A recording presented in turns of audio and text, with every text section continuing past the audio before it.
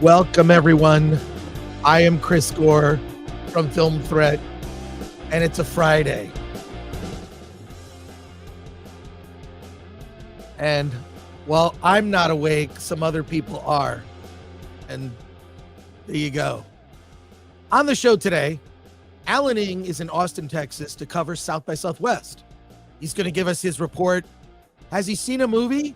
So far, no, as far as I can tell. The other thing is, we got a ton of movies to review. Lots of movies. Yeah, I know, Dune Part 2. Hey, not everything's Dune, even though it wouldn't bother me if it was. We got a ton of films to talk about today, including Problemista, Imaginary, Kung Fu Panda 4, an animated film called Robot Dreams. I even watched Ricky Stanicky on Amazon Prime. You're going to get my review.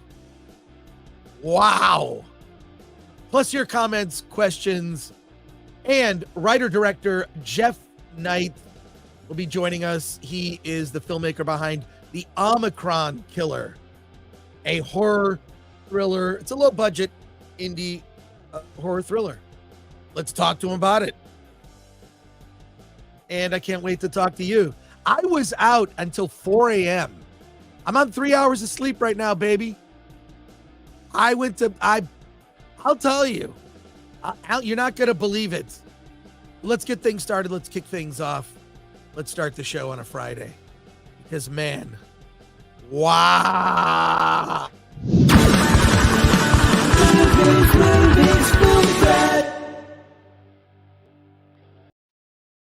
All right, where is he? Where is he? By the way, when DEI comes after farts, you know it's over. What are you talking about?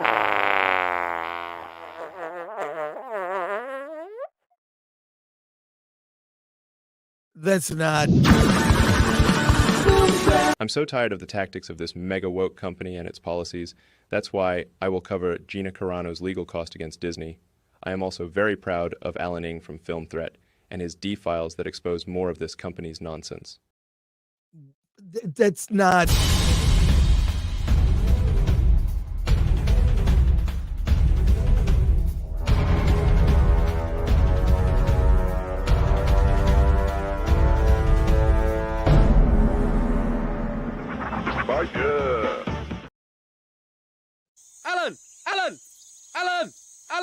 Alan! Hey, we got you made it. We got Grumpy Chris today. Grumpy Gore is here. Look, oh my god! I went. Oh my god! I should share the video. I should share I'll share the video with the members only. I went to an event yesterday that was the sort of preview of the Gotham Follies 1939. It's from Russell Beatty, who's the same guy behind The Empire Strips Back. He did a little preview. I recorded a Q&A with him. I'm just going to post it for members only. It's amazing. It's his new show. It's basically Batman Burlesque, and it opens in June in Los Angeles. I can't wait to see it. So we got a little preview of that, and if you have his book, it's incredible. Then we went to an Oscar pre-party. Then we may have ended up at Jumbo's Clown Room. And I don't remember being driven home. I did not drive. So there you go. So that's a good thing. What about you, Alan? Well, I got more sleep than you did. Yeah, if you go to the member channel, I did a little Alan adventure, my first time to Whataburger. And then, yeah. That's amazing content. Alan eats a cheeseburger. What is it? Yeah, look, Grumpy Gore. You're like you need to put content on the member that's channel. That's not content. How about movie related stuff? Like Alan's favorite Disney movie. Yeah. Not Alan goes. Look, the last thing I'm filming is me getting a cheeseburger.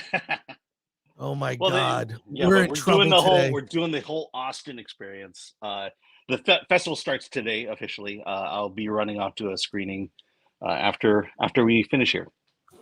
All right. Well, we got a lot of movies to review. So, and I should say I went to the Fallout Prime Video Amazon event and got some ass jerky. If you've what is that? It's called ass jerky. It's from the game apparently. Get out of here. Yeah, so we'll have a video of that later tonight. All right. I realize if I'm going to show something, I'm not prepared today, folks. I am pre-coffee. I have 2 cups of coffee sitting right here in front of me. And what I'm going to do later is I'm going to film myself drinking the coffee and post it for members only. How about that? It's going to be amazing content. All right. I'll be right back because I want to show people something. Yeah. Alan, read the chat. Read the chat. Hey, everybody. Let's just go down here. Piano Man 1995 just became a YouTube member. Welcome. Rich, the little Ewok there, he became a YouTube member. I'm sorry, I don't mean to presume your pronouns, but they became a member. Skiz Spivak Esquire is a new member. Welcome aboard. Check out my my adventure to Whataburger, because we ain't got that in California, and we probably will never get it. If you watch the video, you know. Hey, Philip Martinez, thanks for becoming a YouTube member. A Serious Man became a YouTube member, and Siphon became a YouTube member. And yeah, let's see. Lord Thoth, welcome Here's aboard. Another way to do it is you just say, you just read the names of all the people and then say they became a member and thank them. Yes.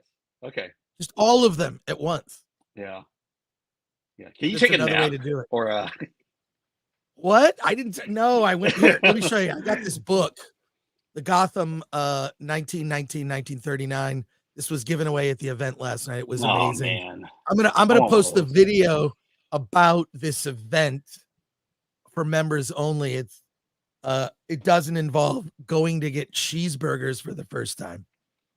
So there you go. Hey, you know, I don't mind if you want to take like a 20-minute nap and you can come back after you're awake. I'm cranky. Hey, Lord Thought says, like, share, subscribe, hit the bell for notifications, sign up as a member, then join us on Discord. Castigan says, a wind seems to whisper, a freaking IKEA chair. That's right. And Mervo says, first time catching a live. First episode of Film Threat. I heard Alan's chair giving up on him. Yeah, that is a classic. So far, so good. I think we deleted all those videos. Sitback says, hey, hail Chris and Alan. Happy Friday and good luck to the hangover. Oh, yes. Not a hangover. It's just I was out late. Alan Horkins says, I liked the cheeseburger video. There you go. I don't know. Would I become a member of a channel if they said we're going out to get cheeseburgers? Yeah, see, you presume that this is the only content you're going to get on that channel. Like, what's happening at South by Southwest? Are there's like, what movies? Are you going to a premiere? Are there red carpets? Yeah. Are there so there's this thing we have. We have a list of things and topics that we're going to discuss, and on there, we should South by Southwest preview. Yeah, no, I forgot. And so I was going to wait till that moment. All right, let's wait. I'm sorry. You're right. My apologies. Okay. Civex says, thank God I didn't hit the second party. Well, I'd be dead. I am dead, but let's go. And Alan Horkin says, Ricky Stanicky looks like a rejected SNL sketch. Retro. We're gonna get to it. But let's get Alan's. I gotta get in the banners. Alan's South by Southwest Film Festival preview. Alan, you are in Austin, Texas. Yes. You're in the free state of Texas. Tell us, what movies are you going to see? What have you seen already that you can tell us about? I know we're going to get a more extensive report. And what burger joints have you gone to? Yeah, I've just been to Whataburger. And to be fair, Whataburger is actually very good. It's very good. I enjoyed it. What did you have? I just had whatever. Whatever the burger. I don't know. Because when I went, it was very underwhelming. I rated it just above McDonald's. Well, then it's better than McDonald's. That's like an endorsement. Well, I mean, people are saying I need to go back. I need to get the double burger and not the single, which I got, which I agree. The single was not good. I think, to me, when you go to a burger place and eat a burger, it's about the meat. It's about the patty. And, it's kind of a smash burger in the style of McDonald's. And I just wasn't into it. I mean, In-N-Out is still the best. I'd go Shake Shack, Whataburger, and then McDonald's at this point. Right, but yeah. Well, before we get to you, this is great content, Alan. I'm loving this. I'm loving the report. I'm so glad that you're in Austin, Texas for all of this. But hey, let me show you. Okay, this just came up, right? It's my adventures at South by Southwest years ago. I have not watched this.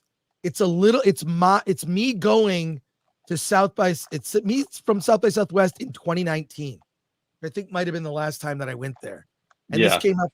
So let's see what I did when I was in Austin. I'll bet it's pretty boring. It's a short video. So let's watch this.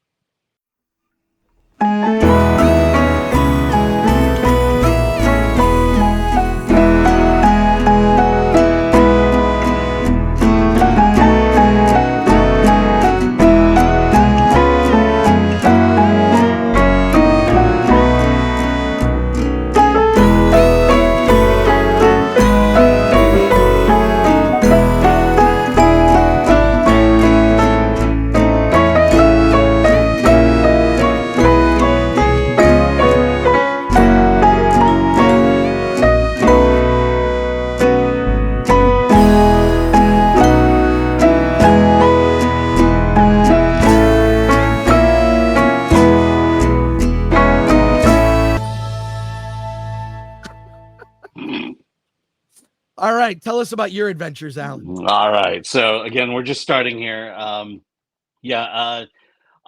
going through the schedule, just going day by day, but I'm seeing at least one major release this year, and I'll tell you that at the end. Today, you're gonna see My Sextortion Diary, which is basically it's kind of a one of those revenge porn stories of a woman who gets her laptop stolen, and then all her stuff appears on the internet, and it's done in that style where the film is all done through social media.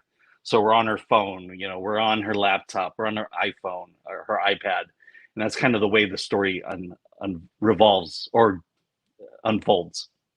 I'm going to try to see Roadhouse tonight with Jake Gyllenhaal, the new, I guess it's this Paramount Plus, or is it Amazon? It's one of those two.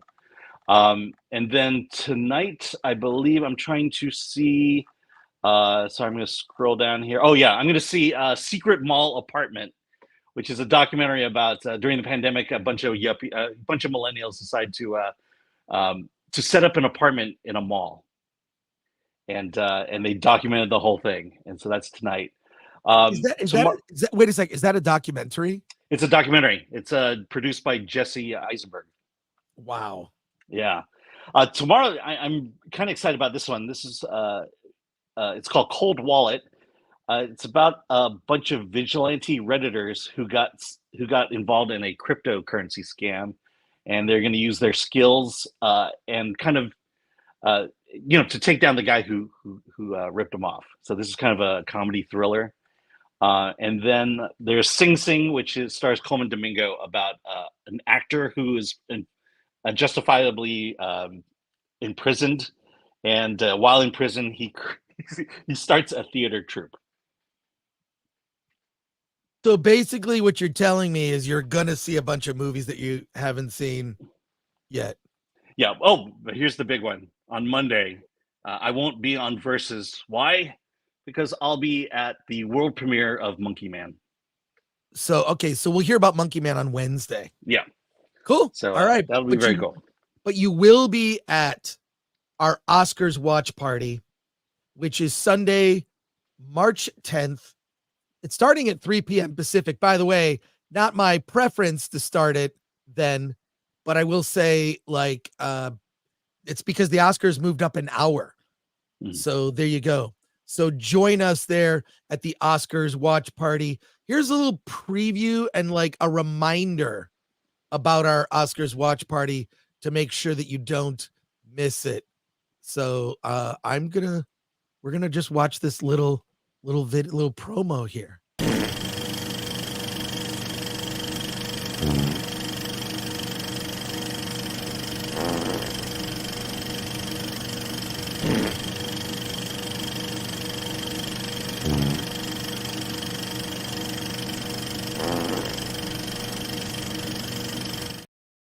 And look, it's going to be a real treat because if you do show up and watch early, all we're doing is playing. We have so many videos that we've been working on this. When I say we, I mean other people other than me that are talented at putting together videos. Put together a series of videos related to the Oscars. Here's a little taste of one of the videos that we're going to go.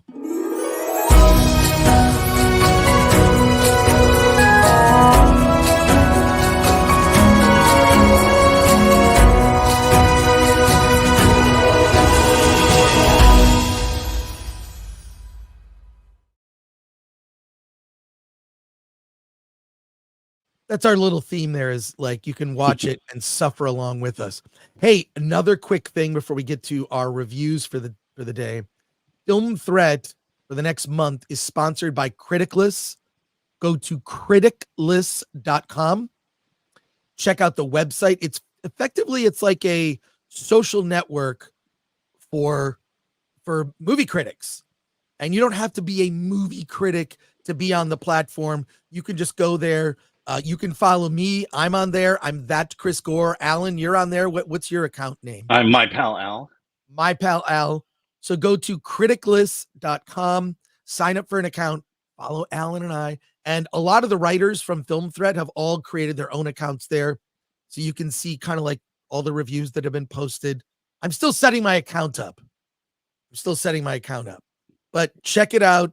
And it's just like, especially if you enjoy talking about movies with us, go to criticless.com. Yeah, and it's real easy too. You don't actually have to write a review. You could just go to the movie and rate it, give it a rating, and then leave little comments, like little brief comments here and there, and easy peasy.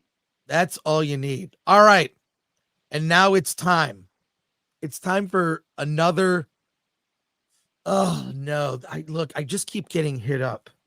This is the worst. There was the State of the Union. I don't want to get political, but the State of the Union was last night. And somehow I have no idea what this is. Hey, Chris Gore, can I come to the watch party? I promise not to fall down. That's just utterly. So I understand Sleepy Joe Biden will be attending the watch party. Well, listen up. If that's true and you want your event to be a huge success, you better save me a seat. Let's make the Oscars great again. We're never going to just we have to bridge the divide. Okay, Mr. Gore, it has come to my attention that the two old gentlemen running for president will be in attendance at the watch party. If that is true, please save us seats for Michelle and myself. We will be there.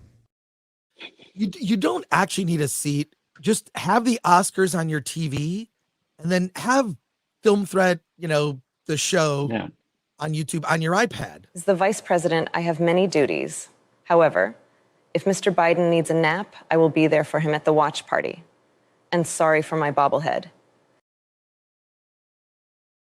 We can't. Everything is so political these days, but not the Oscars. So there you go.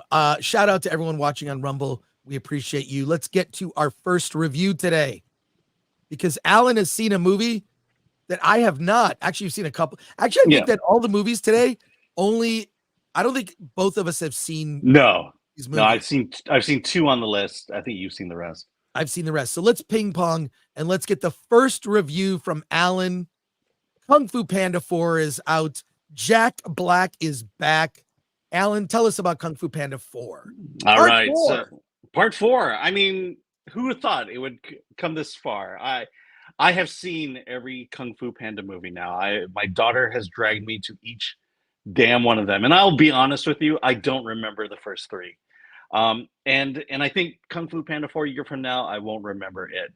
But here, let's go. Po, voiced by Jack Black, is the Dragon Warrior. He has achieved the pinnacle of his success. And his mentor Sifu, who is voiced by Dustin Hoffman, says, "Hey Po, now's the time to look for a successor." And but Po is enjoying being the Dragon Warrior too much to want to be a successor and then move on to become kind of an advisor, a mentor to that successor. So Meanwhile, on the other side of town, there's the evil chameleon, who has the power to change form like a chameleon. It's voiced by Viola Davis, and so she's able to basically become anything and everything. But what she doesn't have is kung fu powers, and she needs Poe's staff of wisdom to unlock the door to the other world, where she can steal the kung fu powers of Poe's former villains, including Tai Lung, voiced by Ian McShane. And so there's this battle to get Poe's staff of wisdom that was stolen by Jen, played by Aquafina, because Aquafina needs to be in every movie. And so but they kind of form this friendship, and but of course now they have to prevent the staff from being stolen, which ultimately it does, and to stop the reign of terror that the chameleon commits. It doesn't have any of the Furious Five in it, but it has the return of Poe's two fathers, Ping, played by James Hong, and Lee by Bryan Cranston. And look, it's a Kung Fu Panda movie. It's right up there with the fourth. It's the thing about these sequels is they're never as good as the first one, and it's like I honestly I don't have a problem with these movies. They're fun. Kids in the audience that I saw it with were laughing. They were having a good time. Parents have to go to these things. Filmmakers should think that there should be something for the parents, something that memorable, something say something grander. Otherwise, we're just kind of along for the ride, and that's what happened here. Fortunately, I was at the Alamo Drafthouse watching it, and the pizza was great. Well, so on a scale of Wish being the worst, yes, and Snow White being the best, the original Snow White, where would you rate Kung Fu Panda 4? Because I've heard it's terrible. That's what I've seen. I wouldn't say it's terrible. I just say it's not. It's just par for the course. It's it's just another kids movie. What I liked about the other ones was the fact that there was the Furious Five there. You had Angelina Jolie. I forget the other ones. I just remember her because even in that movie she was hot. But they're not there. And look, Poe has to come up with a successor. Well, from the very beginning of the movie who that successor is going to be. That said, it's not that woke. Not at all. It's just on par for the course. In terms of where it ranks, it's just right there in the middle. It just frustrates me that I can't say anything really good about it. At the same time, there wasn't anything that really bothered me about it. If the weird thing is, my daughter dragged me to the first three movies, doesn't care about this one at all. So I've seen more Kung Fu Panda movies than she has. Yeah, I have no interest in seeing it. If you don't have kids, there's no point. Well, I'll say this. Okay, name a movie that's a fourth in a series that is good. There's John Wick. Oh darn, you're right. Okay. Yeah, well, shoot. I can't deny that one. That was good. Yeah, but okay. But beyond that. No, beyond that, like really like Lethal Weapon 4, like even Pirates 4 is Pirates 4, Star Wars 4. No, wait, Star Wars 4 is actually New Hope. Well, the fourth Star Wars movie is Phantom Menace. But Star Wars Episode 4, yeah. My God. Yeah, Star Trek 4 is pretty good. Star Trek 4 is pretty good. Yeah. All right, so it's not unprecedented that a fourth film in a series can't be good.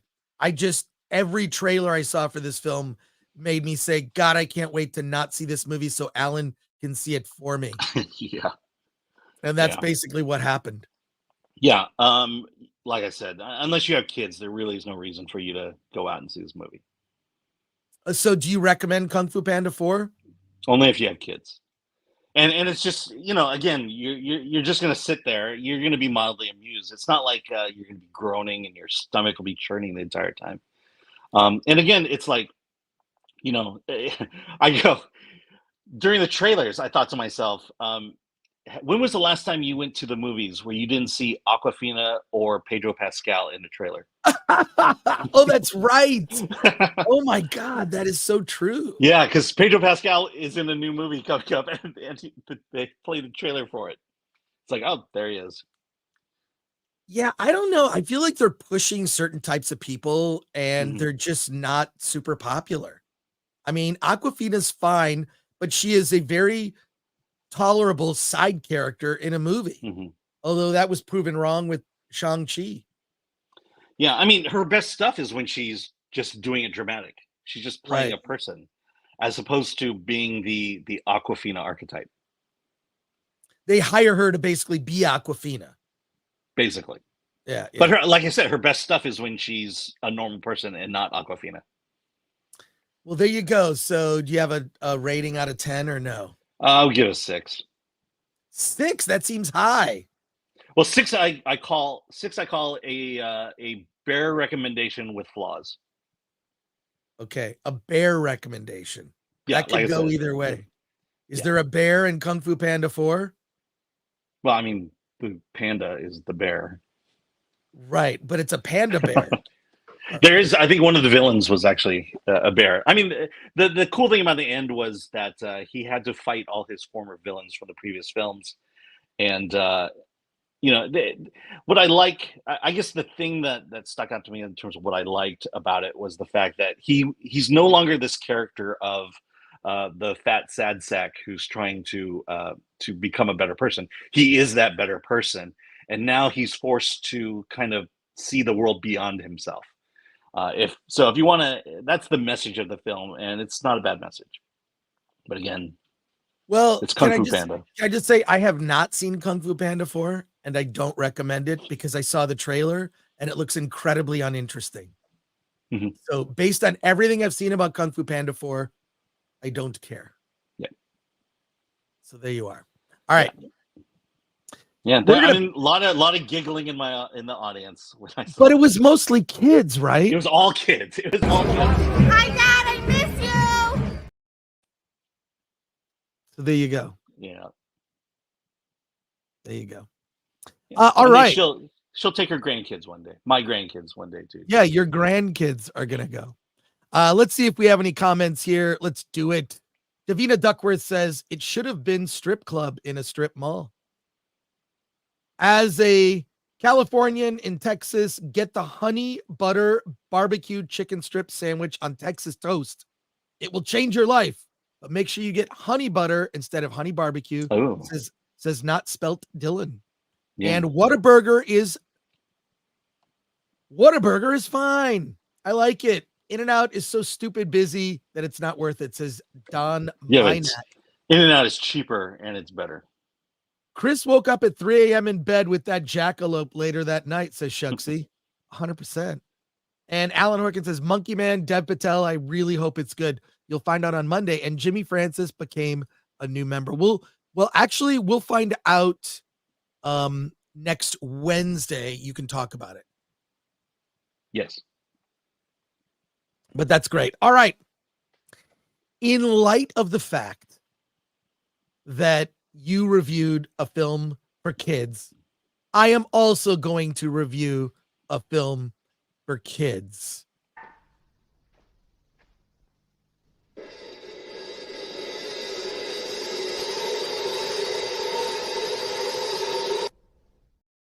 That kind of goes with the Kung Fu Panda theme there. That just proves the stereotype that all Asians look alike. Wait, that's Bruce Lee, though. Exactly. All right. Hey, I'm here to tell you about a film called Robot Dreams. It is a simple story about a dog who lives in New York City, and the dog lives in an apartment by himself, kind of peers out the window and sees a couple, another animal couple. This is, of course, a cartoon world. Sees a couple together snuggling, thinks to himself, I'm lonely. Orders a robot in the mail by mail order and assembles the robot. And then robot and dog become friends. And robot and dog hang out. They do things together. They're best buddies. And then on a fateful trip to the beach, robot goes swimming in the water and comes back and completely rusts solid and cannot be moved from a spot where he's laying on the sand on the beach. Dog panics and tries to find any way to help his friend robot. And as the robot is sitting there, you experience the dreams of robot being reunited with dog. And each of them have these separate fates as friends. This is a beautiful movie. I saw an early screening of it a couple days ago. There is no dialogue in this movie whatsoever, but you know exactly how every character feels. It's a very interesting animation style and kind of drawn look. It looks actually like a graphic novel, like a comic book. So it kind of just has that vibe of it's weird. It's directed and written by a guy named Pablo Berger, wrote it with a woman named Sarah Veron. Now it's funny because they do credit certain actors with voice acting, but they do the sounds the characters make. But there's not one line of dialogue at all. And it's a beautiful film about friendship, how we form friendships. Maybe we drift apart from friends and then revisit the friendship. And it's just such a simple story and such a beautiful story. And it's in a weird cartoon world with like dogs and, animals are anthropomorphized. It's like Zootopia, but a completely different animation style. I'll have to bring up like the poster or something so people can see it. But it's real. Yeah, I'll share screen here because I want you to see the animation style. It's really interesting. So this will give you a little taste of like what it looks like. You can see there's a little of the trailer running. I'm not playing the audio because we'd probably get hit for that. But it's such a beautiful, simple story. And the audience loved it. And I can't say that this is a movie for adults necessarily. It's, I think kids would appreciate it because it doesn't spell everything out for you. It's super simple. And the idea that this robot and dog end up becoming these like beautiful friends, I don't know. It's just weird. And I loved it, and weird in human ways. It's not weird like gross or bizarre or whatever. But it played at the Cannes Film Festival, and I just think it's really worth seeing. I cannot rave about it enough. I really enjoyed it. So I'm giving a recommendation to Robot Dreams. I'd say scale of probably 7.5 for me. Just solid, simple story, 90 minutes, no dialogue. And the audience, here's what's weird. I saw it with an audience of all adults. So it was an evening screening at like 7 p.m. And all adults were watching it and they loved it. They loved it. It was just because everything pays off. And I believe it's originally, there's no dialogue, so it really doesn't matter. It's quote Spanish language, but nothing in it, like, because people don't speak, there's no subtitles. It's just characters don't speak, but you understand how they're feeling, what they're thinking. I really, really enjoyed Robot Dreams, and I recommend it over Kung Fu Panda 4. I think you could take kids to it. It's not like so sophisticated that a kid wouldn't understand it or enjoy it. And it's got a really unique animation style, like a 2D animated style. Everything, I really am, like when I look at the style of Wish, which is this terrible sort of hybrid of like, it's partially like CG, but then they try to make the style like it's kind of has little 2D elements to it. I hated style of Wish. It's meant to be 2D, but it's shot with 3D technology, and it just doesn't work. It looked awful. Robot Dreams is purely 2D animation. It feels like a graphic novel or a comic strip with no dialogue. Loved it. Really great film about friendship that anyone can understand. And I think it's smart. I did notice that a lot of the people in the audience it was a lot of Hispanic community people in the audience. It's probably because Pablo Berger happens to be, but like, it doesn't matter. It's not, I wouldn't call it like a foreign film at all. And I really loved it. So, so check out Robot Dreams, recommending it. There you go. Yeah. Well, I know one thing this doesn't have that Kung Fu Panda has, a Hans Zimmer music score. Right. Well, there you go. Hey, let's go to your comments and questions. JJKK says, honestly, Alan Ng is one of my favorite critics of color, Cock. And I'm glad to see Cox represented on the channel so prominently. Honestly, we should have more Cox on YouTube. Cast Again says, Robot Dreams isn't really for kids. It's about failed relationships. I agree it is, but yeah, it's technically it's not targeting kids, but because it's animated, kids will like it. And also, it's not as if kids don't have failed relationships. How many times did you have a friend that was your best friend when you were a kid, and then you didn't see each other over the summer because you were separated. Then you came back to school and you weren't necessarily friends anymore. But it's so good. There's a moment in it. I don't want to ruin it. It's just, there's a really interesting moment. I get what you're saying, Cast Again. And yes, it's about that. Yeah. But I think to your point, I think we underestimate what kids get. I think that these deep human emotions, they feel it. They may not be old enough to experience it in real life yet. Maybe they have, but they get it. They understand it. You can take a kid to this movie, they'll be riveted. Also because so much of children's entertainment is dumb. It just is dumb. How do I know this? Because I see kids in public with their dumb iPads because their parents are lazy. So they throw a screen in front of them, and the stuff they watch is so in your face, in your face, in your face, in your face. This is like this quiet movie that takes time, that you can understand everything that's happening.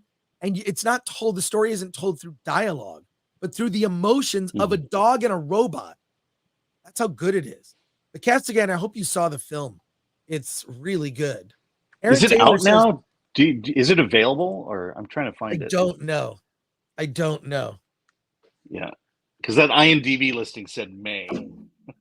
I saw an early screening. How depressing is it, says Aaron Taylor. It's not depressing, but it's sad. There are parts of it that are sad. Like when the robot like rusts on the beach and cannot leave, and dog cannot lift the robot because he's rusted solid. And then all these like tragic things happen.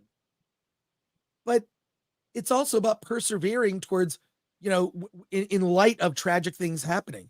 But yeah, it's not so depressing that you couldn't take a kid. But there are. Is it like Marcel the Shell in terms of that kind of emotion? Yes, in terms of that, like emotional. But I would say Marcel the Shell is probably way more emotional because Marcel the Shell involves death, right? Yeah, death and loss and hope. Death, loss, hope, all of that. Yeah, but Aaron, no, it's not super depressing at all. Halloween 4, Friday the 13th Part 4, Anno's Part 4, says Sons and Shadows. We're talking about movies that are Part 4. Oh, okay. A good Part 4. I don't know if those are good Part 4s, but and Alan Horkin points out Robot Dreams is Oscar nominated, apparently. Well, there you go. Flav for £10 says, evening guys. Just curious if you'd seen the new Fallout trailer that dropped yesterday. I'm pretty excited after seeing this. Goggins as Vault Tech rep, chem addicted ghoul looks great. I think the show looks great. I'll say this. I've heard that the show's not great. But it comes with ass jerky. It comes with ass turkey because Alan got to go to all these fun things. And I'm going to share it with everyone. Now, did you film yourself at the Yes, Fallout I did. experience? I All did right. film myself, yeah. I shot some cannon of some sort. I got my teeth pulled, if that means anything. What is that? I have no idea. I played the game one time. I was in a room. It began in a room. Took me forever to get out of the room, and then when I got out of the room, I died. I think some creature killed me. Well, at least you got out of the room. You're not like that Nerdrotic gaming channel where Gary can't even get out of a room.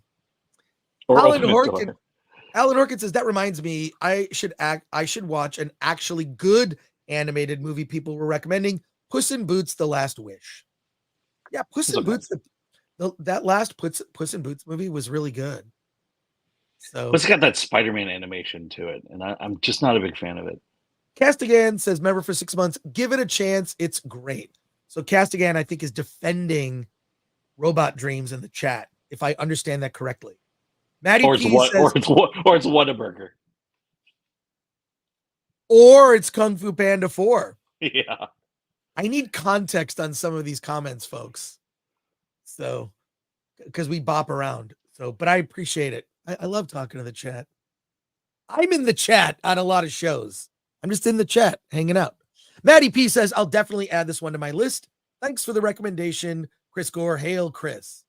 See, someone with good taste. Thank you, Maddie P. And Bush and Ryu Cat gifted 5 Film Threat memberships. And Bush and Ryu Cat member for 2 months says, have you talked about Akira Toriyama passing? Yes, the creative talent behind Dragon Ball Z. So yeah, passed away. So tragic. It's like I wish I watched it. I wish I knew Dragon Ball Z, but I don't. I saw that the new one, Dragon Ball Super, at the theater when it came out about a year ago. It was very good. I enjoyed it. So yeah, no, we haven't talked about it, but I don't tend to I don't tend to talk about because it's not like we've been talking about Dragon Ball as an ongoing thread on the channel. But I appreciate that, Bush and Ryu Cat. I saw them talking about it on G&G Daily when I was attempting to wake up and doing a terrible job. But thank you, Bush and Ryu Cat. Appreciate that. All right. Now it's time to pivot.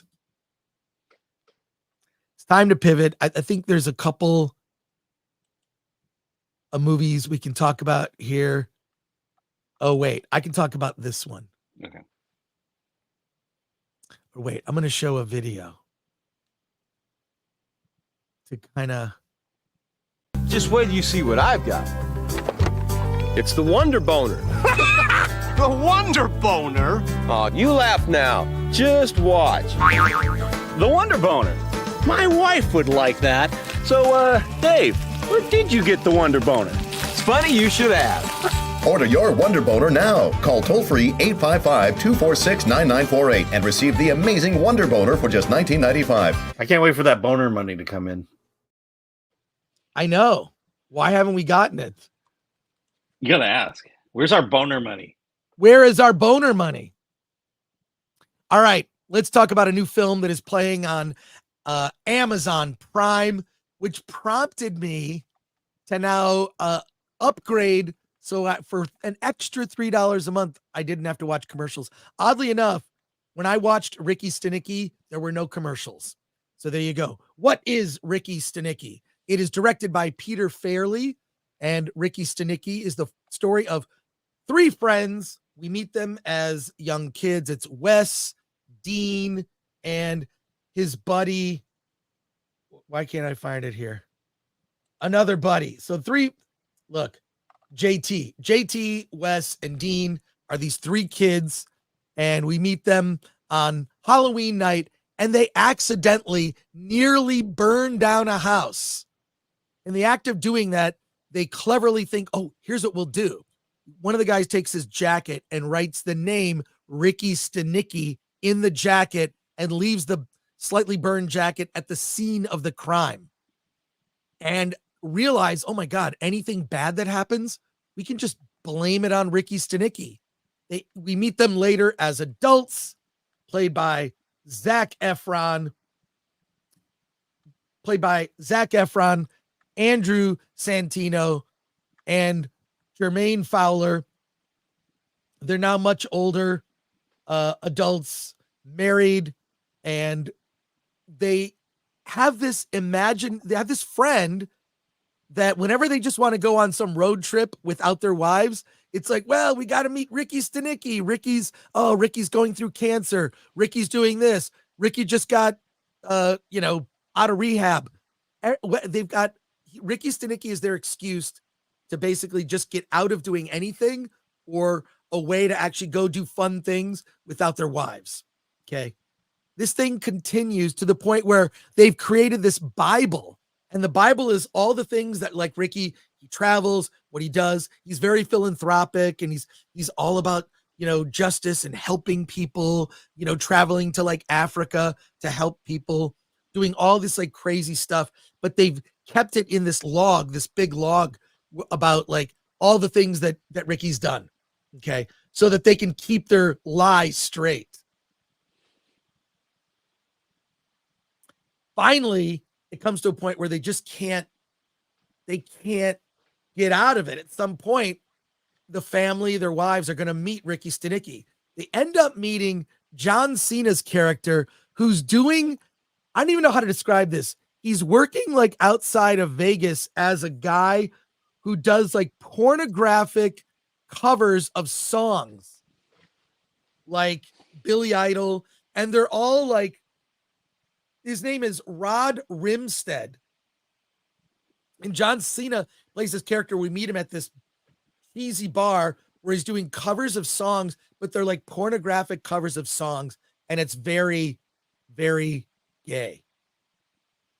Unintentionally, probably intentionally. So he's a professional actor and takes himself very seriously. He is not sober. He's a guy who drinks every day, does drugs, his life is a mess. So Zac Efron, Dean and Wes and JT decide, hey, we'll just hire this actor to show up at this party, and we'll sort of like, fine, Ricky Stanicky exists. The movie's kind of dead until like John Cena comes in. John Cena is pretty funny as this character because he takes this role so seriously.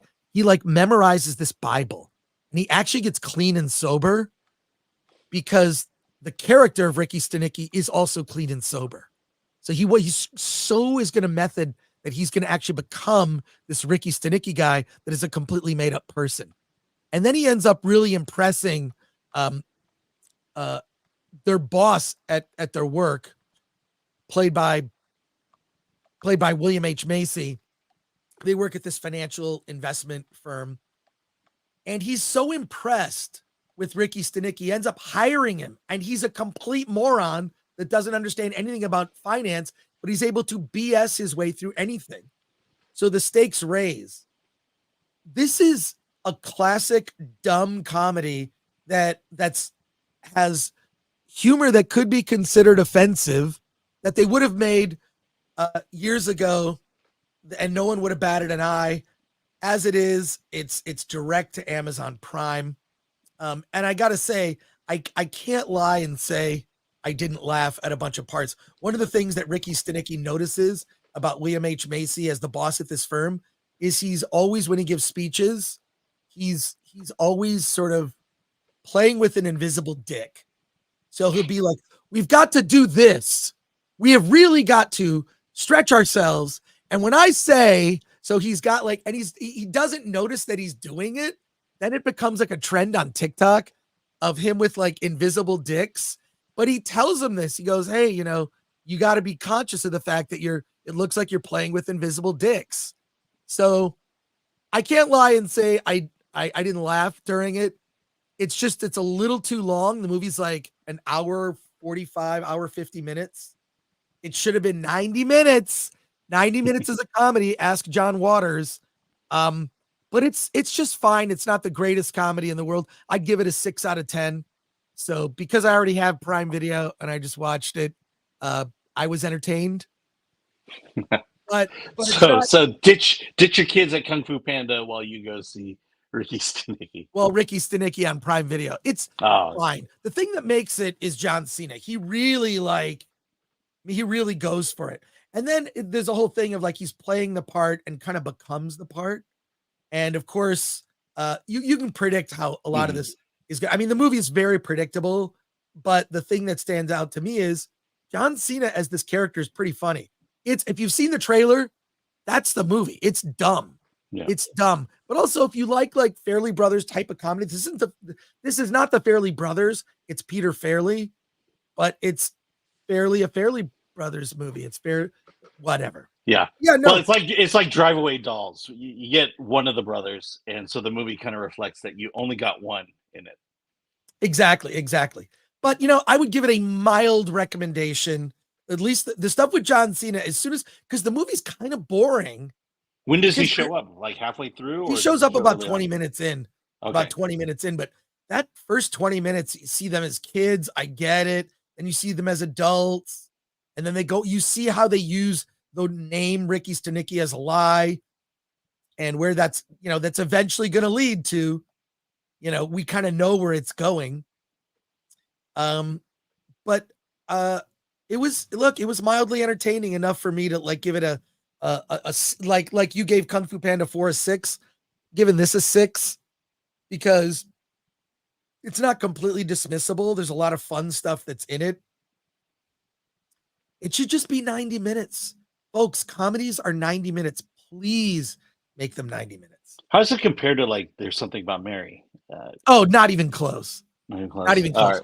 But there are good scenes, like the reveal with William H. Macy and the invisible dicks. That's kind of funny. John Cena, the montage of him singing these pornographic covers of songs. That's funny. The whole thing that they're going to get found out is funny. So I don't know. It's Zac Efron plays the straight guy in it in terms of now I feel like if you use the term the straight guy, people mean the straight guy. Speaking, he's straight. He's just playing off of John Cena. So, it's fun and it's worth it if you've already got Prime Video, and there you are. It's worth the free shipping. It's worth the free shipping. No, but it's just that it took forever. That 20 minutes is a slog, and then the movie starts when John Cena comes on screen. So literally. Right. All right. Yeah, well, 20 minutes isn't that bad. I'll give it a shot. All right, let's go to your comments and questions here. Bush and Ryu Cat, speaking of Ricky, a spoof movie about Rocky called Ricky 1. You need to see it so bad. It's awesome. Wow, I have not heard of that. Aaron Taylor says Ricky stink shitty. There you go. Tim Morrell says Ricky Stanicky was pretty good. I wish they would have taken the premise further, though. Yeah, no, that's Tim. That's it. It's pretty good. So there you are. And Pilgrim Media for 2 says everyone enjoy infantile boner comedy and fart jokes. Well, yeah, it's a Fairley Brothers movie. There's going to be boner and fart jokes. From Rumble, $8.24. This script was being tossed around Hollywood for over a decade. Doesn't surprise me. John Cena's character does the method acting hard, says Tim Morrell. And Patrick Lemire says, Taiwan is a country. All right.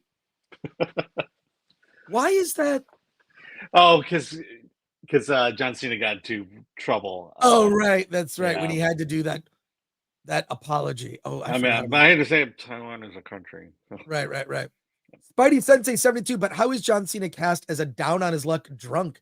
He's super jacked and in incredible shape. You know what? You just buy it. It's the porn song monies that he's surviving on. Exactly. He's this terrible singer at this bar in Vegas. So there you go. Anyways, Alan, you've seen a movie I have not. Yes. And what is that? We're going to pivot.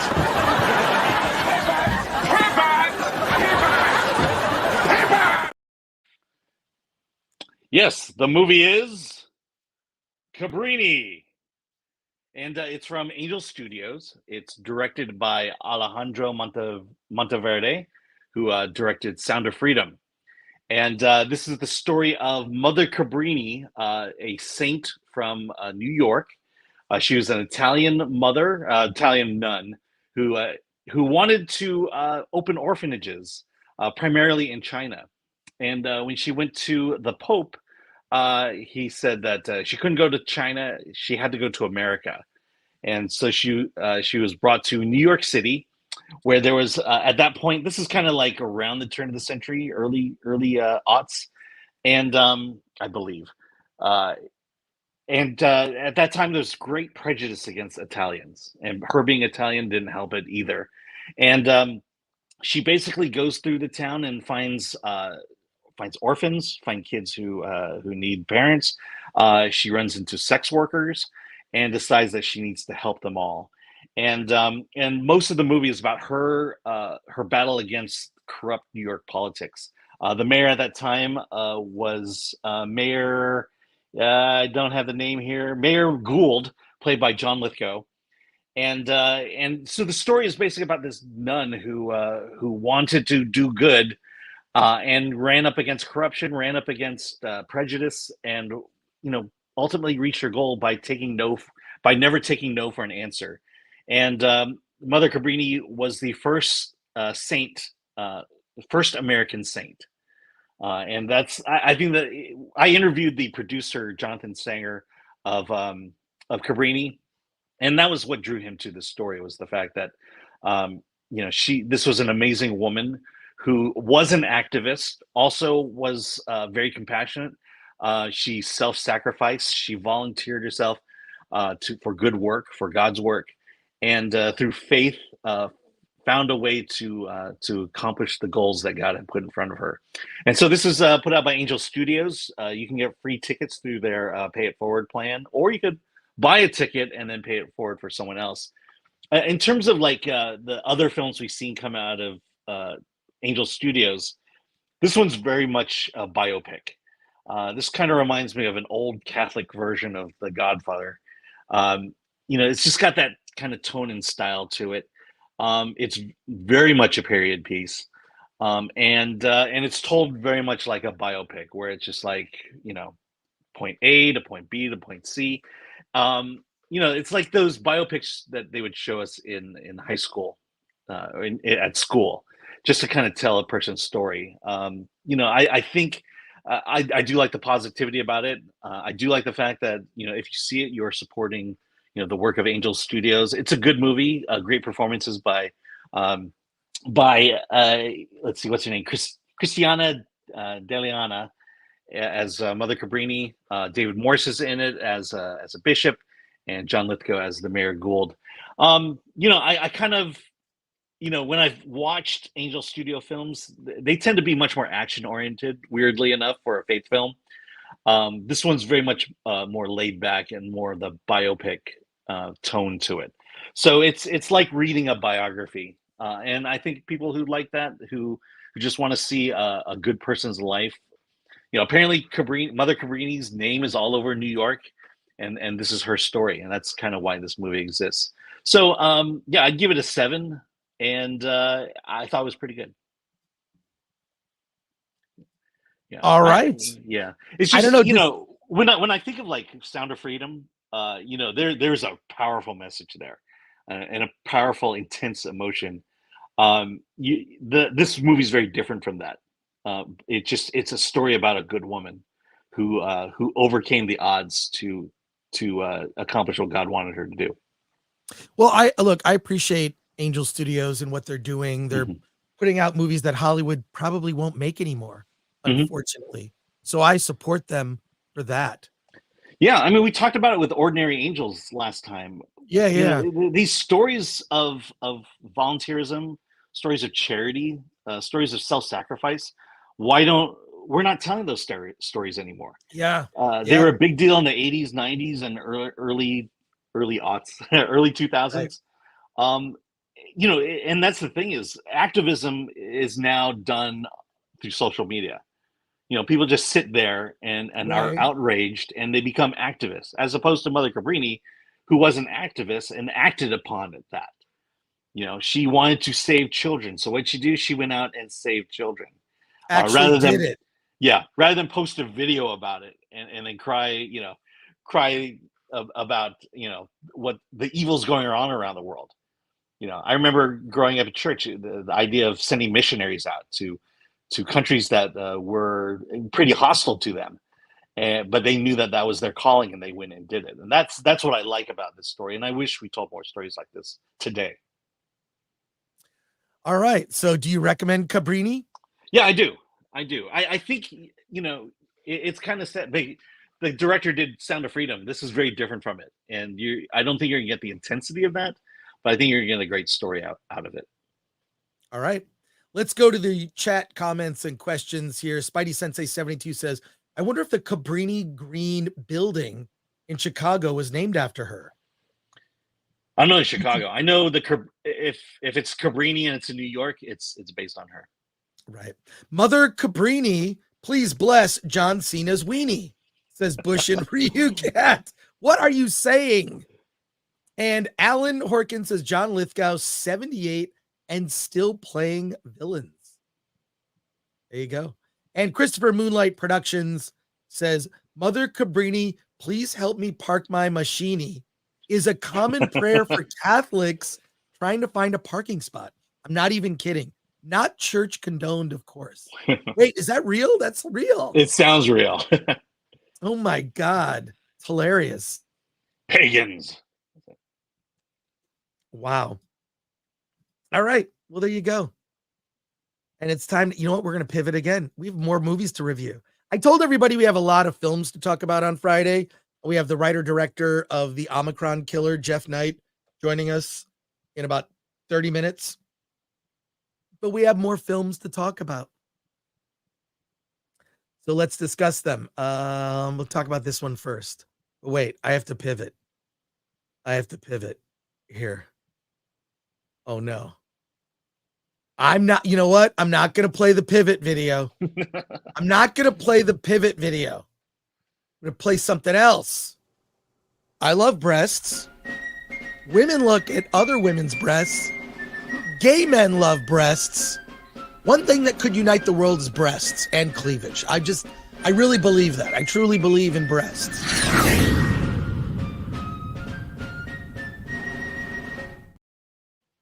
I have no idea why you played that. Okay. That's just weird. Well, the last Saturday Night Live was amazing. I don't remember much about it, but it was amazing. They were amazing. How about a quick review of Iron Claw? Alan Ing, how would you rank the Iron Claw among the movies of the year? Alan Ing, I'm calling you out, Alan Ing. Oh yeah, it's definitely top 5. It's top 5 of the year for the Iron Claw, the Iron Claw. Yeah, it'll be. What are you talking about? All right. Alan Horkin says, I won't be rushing to see this, but it seems like Angel Films has figured out how to make faith-based films that aren't terrible. I wouldn't even say, like, we talked about Ordinary Angels the other week. I wouldn't even call it faith-based. It's just the characters go to church. It's just part of their lives. Yeah. And like, they go to restaurants to eat. I mean, it's just like, it's weird that, like, there's no pushing a message about faith. It's a story of a girl who needed an organ transplant. That's it. And it's a true story. Yeah. Also, my interview, go to the Film Thread interview channel, catch my interview with Jonathan Sanger, the producer.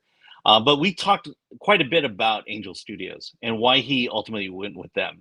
Because they had filmed the movie similarly to Sound of Freedom. The movie was already shot. They were looking for a distributor.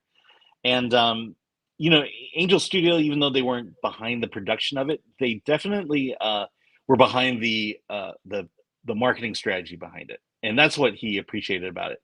Because the reality is, you think of, if you spend any time on social media or online, you have seen the Cabrini ad. And that's kind of the brilliance of Angel Studios. They know how to get their message out there at a price that that a small studio like that can afford. And look, here's the interviews channel. We got look, producer of Angel Studios' latest film. And there you go, a bunch of others. So yeah, we're really and we archive all of our interviews. We clip them. I think one of my favorites might be the Uwe Boll when we interviewed Uwe. That was a great one. Showing footage of him beating up movie critics. Yes, please subscribe to the Film Threat Interviews channel. And Alan, we also do interviews on the channel that we don't do live, that we just do them for the channel, like my interview with the director of Amélie, Jean-Pierre Jeunet, who's there. So there you go. Yeah. David Duchovny, all of it. I did one with Jeremy Piven, and he's got a movie that's doing the festival rounds right now. So definitely check that one out. Yeah, there's the Amélie directors there. That was done as a channel exclusive. So make sure you subscribe to Film Threat Interviews. Just look it up. Cool. All right. Time for us to one last comment here. From Thomas Myth 65. Hey, I'm on like 3-4 hours of sleep. Kurtwood Smith versus John Lithgow, the face we never got. Whoa. Yes. Yeah, that would be awesome. All right. So here we go. Let's talk about the movie Imaginary. Imaginary is the story of a young girl named Alice. She's part of a mixed family. Dad is a musician, Max, and he's married the love of his life after tragedy befell his previous wife. She went mad, let's just say. And he marries Jessica, played by DeWanda Wise. They're a mixed family. There are problems. Taylor is sort of a bitchy teenager. Alice is a young girl. She's, like 8-9 years old. And they move into a new house together. Well, it's not a new house because it's actually Jessica's childhood home that she inherits from her father. And they move into this new home. And the home has some dark secrets that will be revealed. Alice ends up having an imaginary friend. Who is her imaginary friend? Chauncey, a little teddy bear. And it's all very innocent. They play tea party. They talk to each other. And Chauncey makes a list of things that ends up being a scavenger hunt. And some of the things on the list for the scavenger hunt are pretty dark. Things begin to spiral as this imaginary friend begins to intrude not just on, Alice, but everyone else in the family, to the point where dark things are afoot, including a secret door in the basement. I don't know if you like, when I was a kid, to me, the basement was scary. Everything in the basement from the furnace made noises that sounded like a monster. Basements are scary. It ends up opening a gateway to a parallel world filled with imaginary friends that are monsters terrorizing and stealing children. Now, the movie is PG-13, but I'll say this. If a child saw this movie, I'm saying like anyone, under the age of like 13, they will be terrified. This is like the most horrifying episode of Goosebumps you'll ever see. So to me, it's like, I would describe it as like a starter horror film for a young fan of horror. If you want to scare the hell out of a young kid, take them to Imaginary. And don't get it confused with IF, which is Imaginary Friend. That's the movie starring Ryan Reynolds. Completely different movie. And it's weird. So what makes this too intense for children? Because the Chauncey, they say there's two types of scares. One scare is a jump scare. This movie has a lot of jump scares. Some I would say are kind of cheap, but then the other scares are like something you see is going to happen The audience sees that something is about to happen, but the characters on screen do not see what's going to happen. So it's like this slow build, like a ticking bomb. You know it's going to go off. You know something bad's going to happen. Look, it's just, this is a decent horror film that if you're a longtime horror fan, you're going to like, oh, that's all right. You know, it's PG-13. For a kid, will be terrified because what it does is, I think it taps into fears of children. What are things that are scary for kids, right? Things involving parents being alone or separated, right?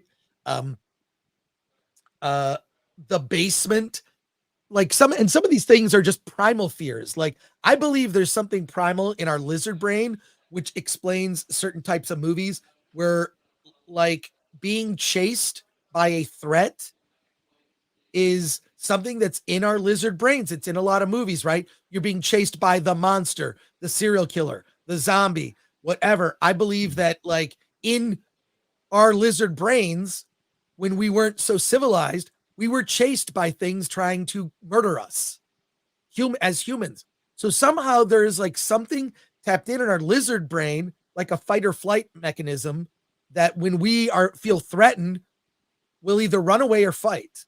And this movie kind of taps into a lot of those primal fears, and then also fears of children, you know, losing a parent. That's a fear of a child.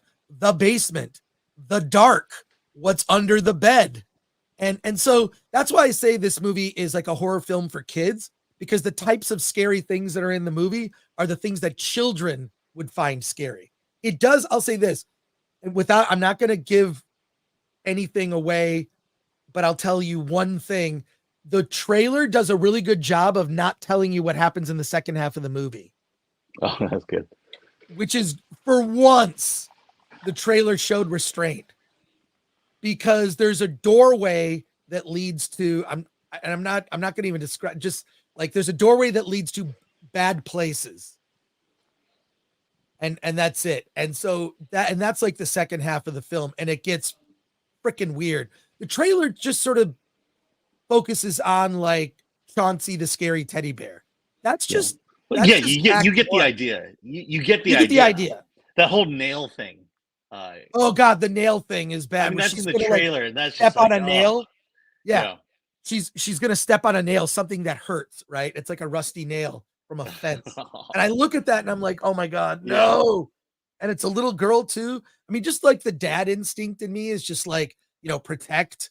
So all the things just the nail thing to me. Yeah. I'll just say the second half of the movie gets really weird. And I'll say that, like, look, if you have like a young, you know, like a daughter, son, whatever, who's interested in horror, take them to this, because, you know, I look at like, you can't unsee certain horror films you see at a certain age, right? But this is like the perfect movie to take. Oh, you like horror films? Okay, let's go see this movie Imaginary about a teddy bear. You know, it's like it really does a good job of that. What did you think when we talked to the director on Wednesday, and just the stat of that horror films are predominantly women? I hadn't realized that, but I do. I think that makes sense to me, that a lot of women are horror fans. And I'll say this, like, look, this is why horror as a genre is so popular.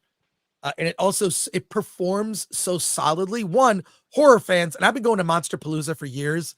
Monsterpalooza and Son of Monsterpalooza. One's in Burbank, one's in Pasadena. I always go to it. It's super fun. And horror films are like a great, like, if you're young and going on a date, horror films are great because what it does is, and I've heard people in horror talk about this, it gets the blood pumping, because it taps into lizard brain stuff like fear, and that like heightens, you know, your adrenaline and all this. And I have heard horror filmmakers say horror films turn women on. They actually get it. There's an arousal factor to it. So that's why I think that it's like, that's why you see like teenagers going on a date. Hey, go see a horror movie. It's like you know, I was gonna go. might help. Some of my best dates were at Not Scary Farm. There you go. Not Scary Farm. Yeah, like that's all that stuff. So yeah, I mean, I was surprised when he said it, but then it totally makes sense to me. It totally makes sense. So yeah, I mean, why do you think women love true crime documentaries? Mm-hmm. There's a weird fascination with the macabre, right? Or they look at the killer and think, "Hey, I could change him." Right, I can change him. But yeah, no, I recommend Imaginary. I'd say like a decent, like a solid 6.5, like a decent horror film. You gotta know it does dance right up to that PG-13 line. Mm-hmm. I mean, right up to it. And it doesn't cross it, but it could have been. There's a lot of things that happen off screen that, you know, if you use your imagination when you're watching Imaginary, it's pretty dark stuff, but a great horror film to bring a kid to, because they'll probably sleep with the lights on. Let's go to your comments and questions here.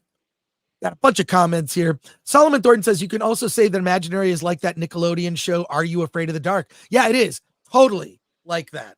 Makes sense. Thomas Smith 65 says, I shut the lights off in the basement on my kids all the time. Helps motivate them to come up for dinner faster. I love that. Yes. Oh my God.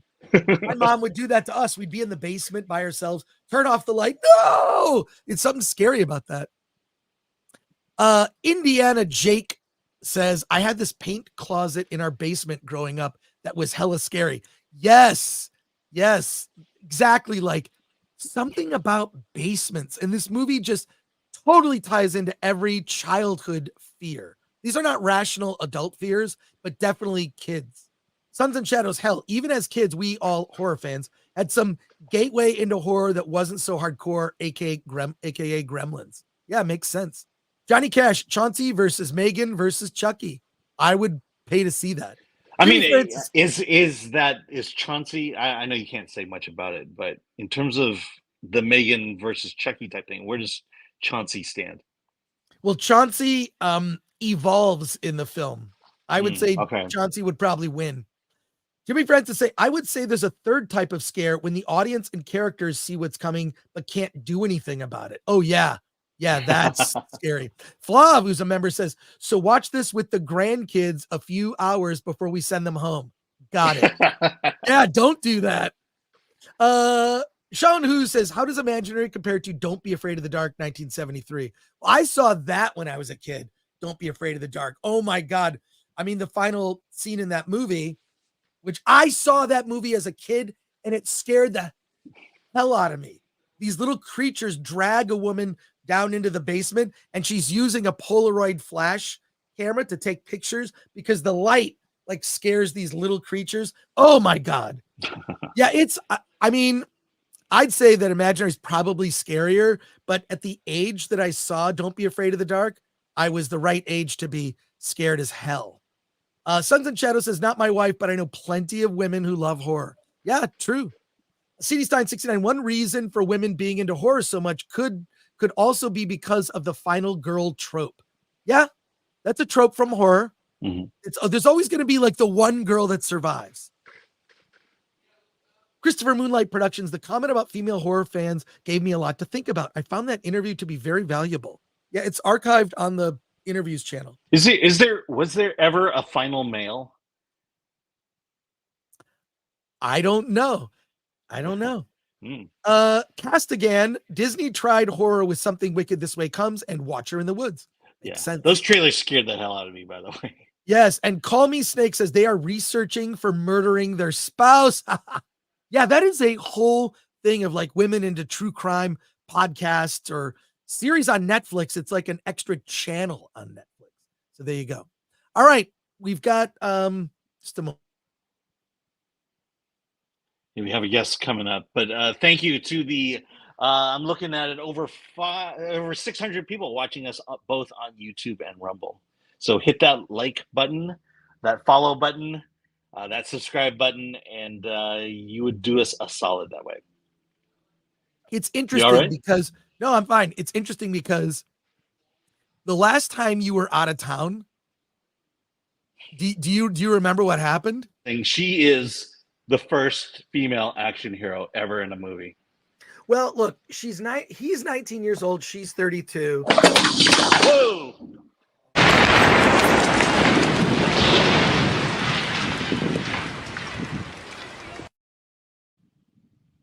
You're in Texas. Yeah, so far so good. How is the chair that you're sitting on right now? Yeah, well, before the stream, I was re-welding it to strengthen it, make sure it doesn't fall. All right, let's pivot. Yeah. Plus, everyone I know is moving to Texas, so maybe I should do some house shopping out here. There you go. Let's talk about Problemista. Problemista is written by, directed by, and stars Julio Torres. Julio Torres was a writer on SNL, and he plays the lead character in this movie. He plays Alejandro, and all he wants to do is stay in the United States. That's all he's want to do. He is legally working in the United States, and he has to have a job and has to have a sponsor. So there's certain requirements to remaining in the US, because his big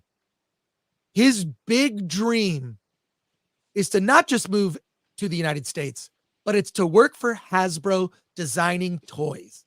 And we see a whole montage of the weird toys that Alejandro has created, and they're bizarre. One of the toys is a Cabbage Patch Kid that has a cell phone, and the Cabbage Patch Kids show you weird TikToks or share their day. Like, look at this coffee I just got. It's a ridiculous idea. And Alejandro meets up with a woman named Elizabeth, where Alejandro currently works. He works at a place, this is kind of ridiculous, where they put you in suspended animation so you can see the future. And Elizabeth's husband has been put in suspended animation because he wants to go in the far future. He is an artist that has done a series of paintings all about eggs. Now, a lot of the stuff I'm saying sounds ridiculous, because it is, but it's played completely straight in the film. Alejandro then meets the wife of this artist who is in suspended animation, Elizabeth. She is a total Karen. Everything is a problem. She can't order a salad without getting snippy about it. Everyone is wrong except for her, and she is a pain to deal with.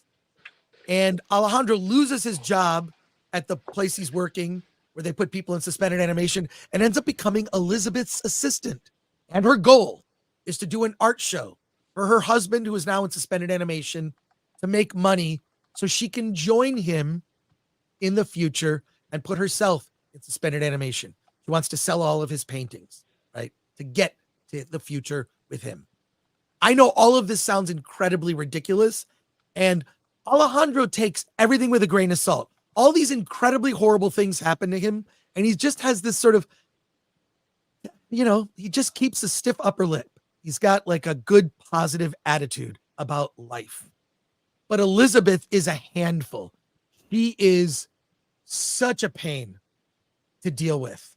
And Alejandro does his absolute best to deal with her. She has this whole thing where Elizabeth has a database of all of her husband's paintings, and it's all in FileMaker Pro.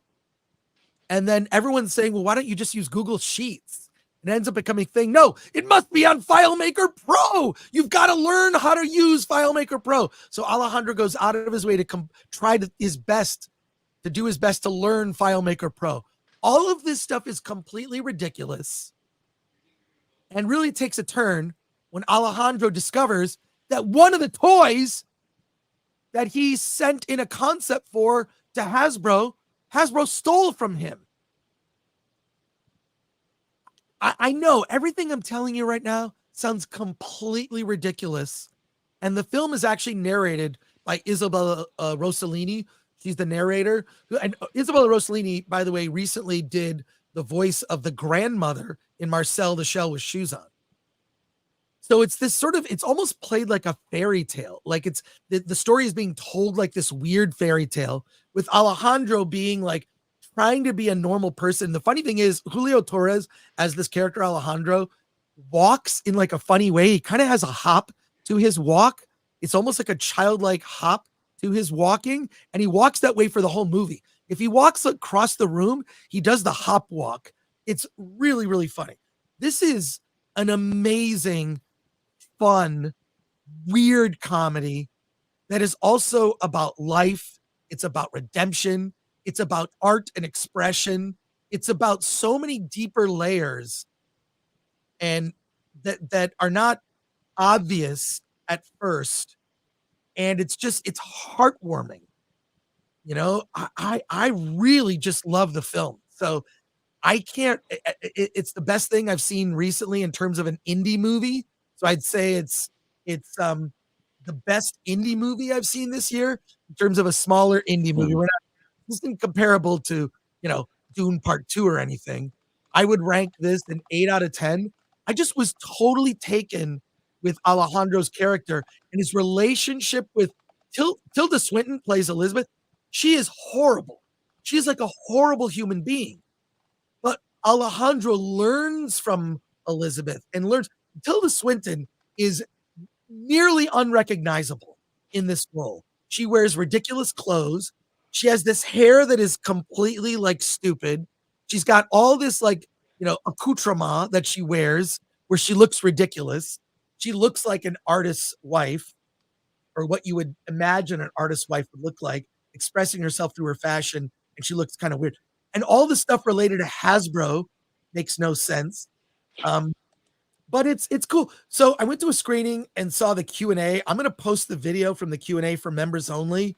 I think I was the only one filming it. But what was interesting was what Julio Torres said, because he was like, he had an opportunity. It's like he was pitching a movie, and like he said that he was like pitching the film, and it was like he easily could have made a movie about immigrating to America, because he says that part of the movie, which is this small plot, it's like a subplot, it's like a B or a C story to the movie, which is him just trying to get work visa so he can stay in the US.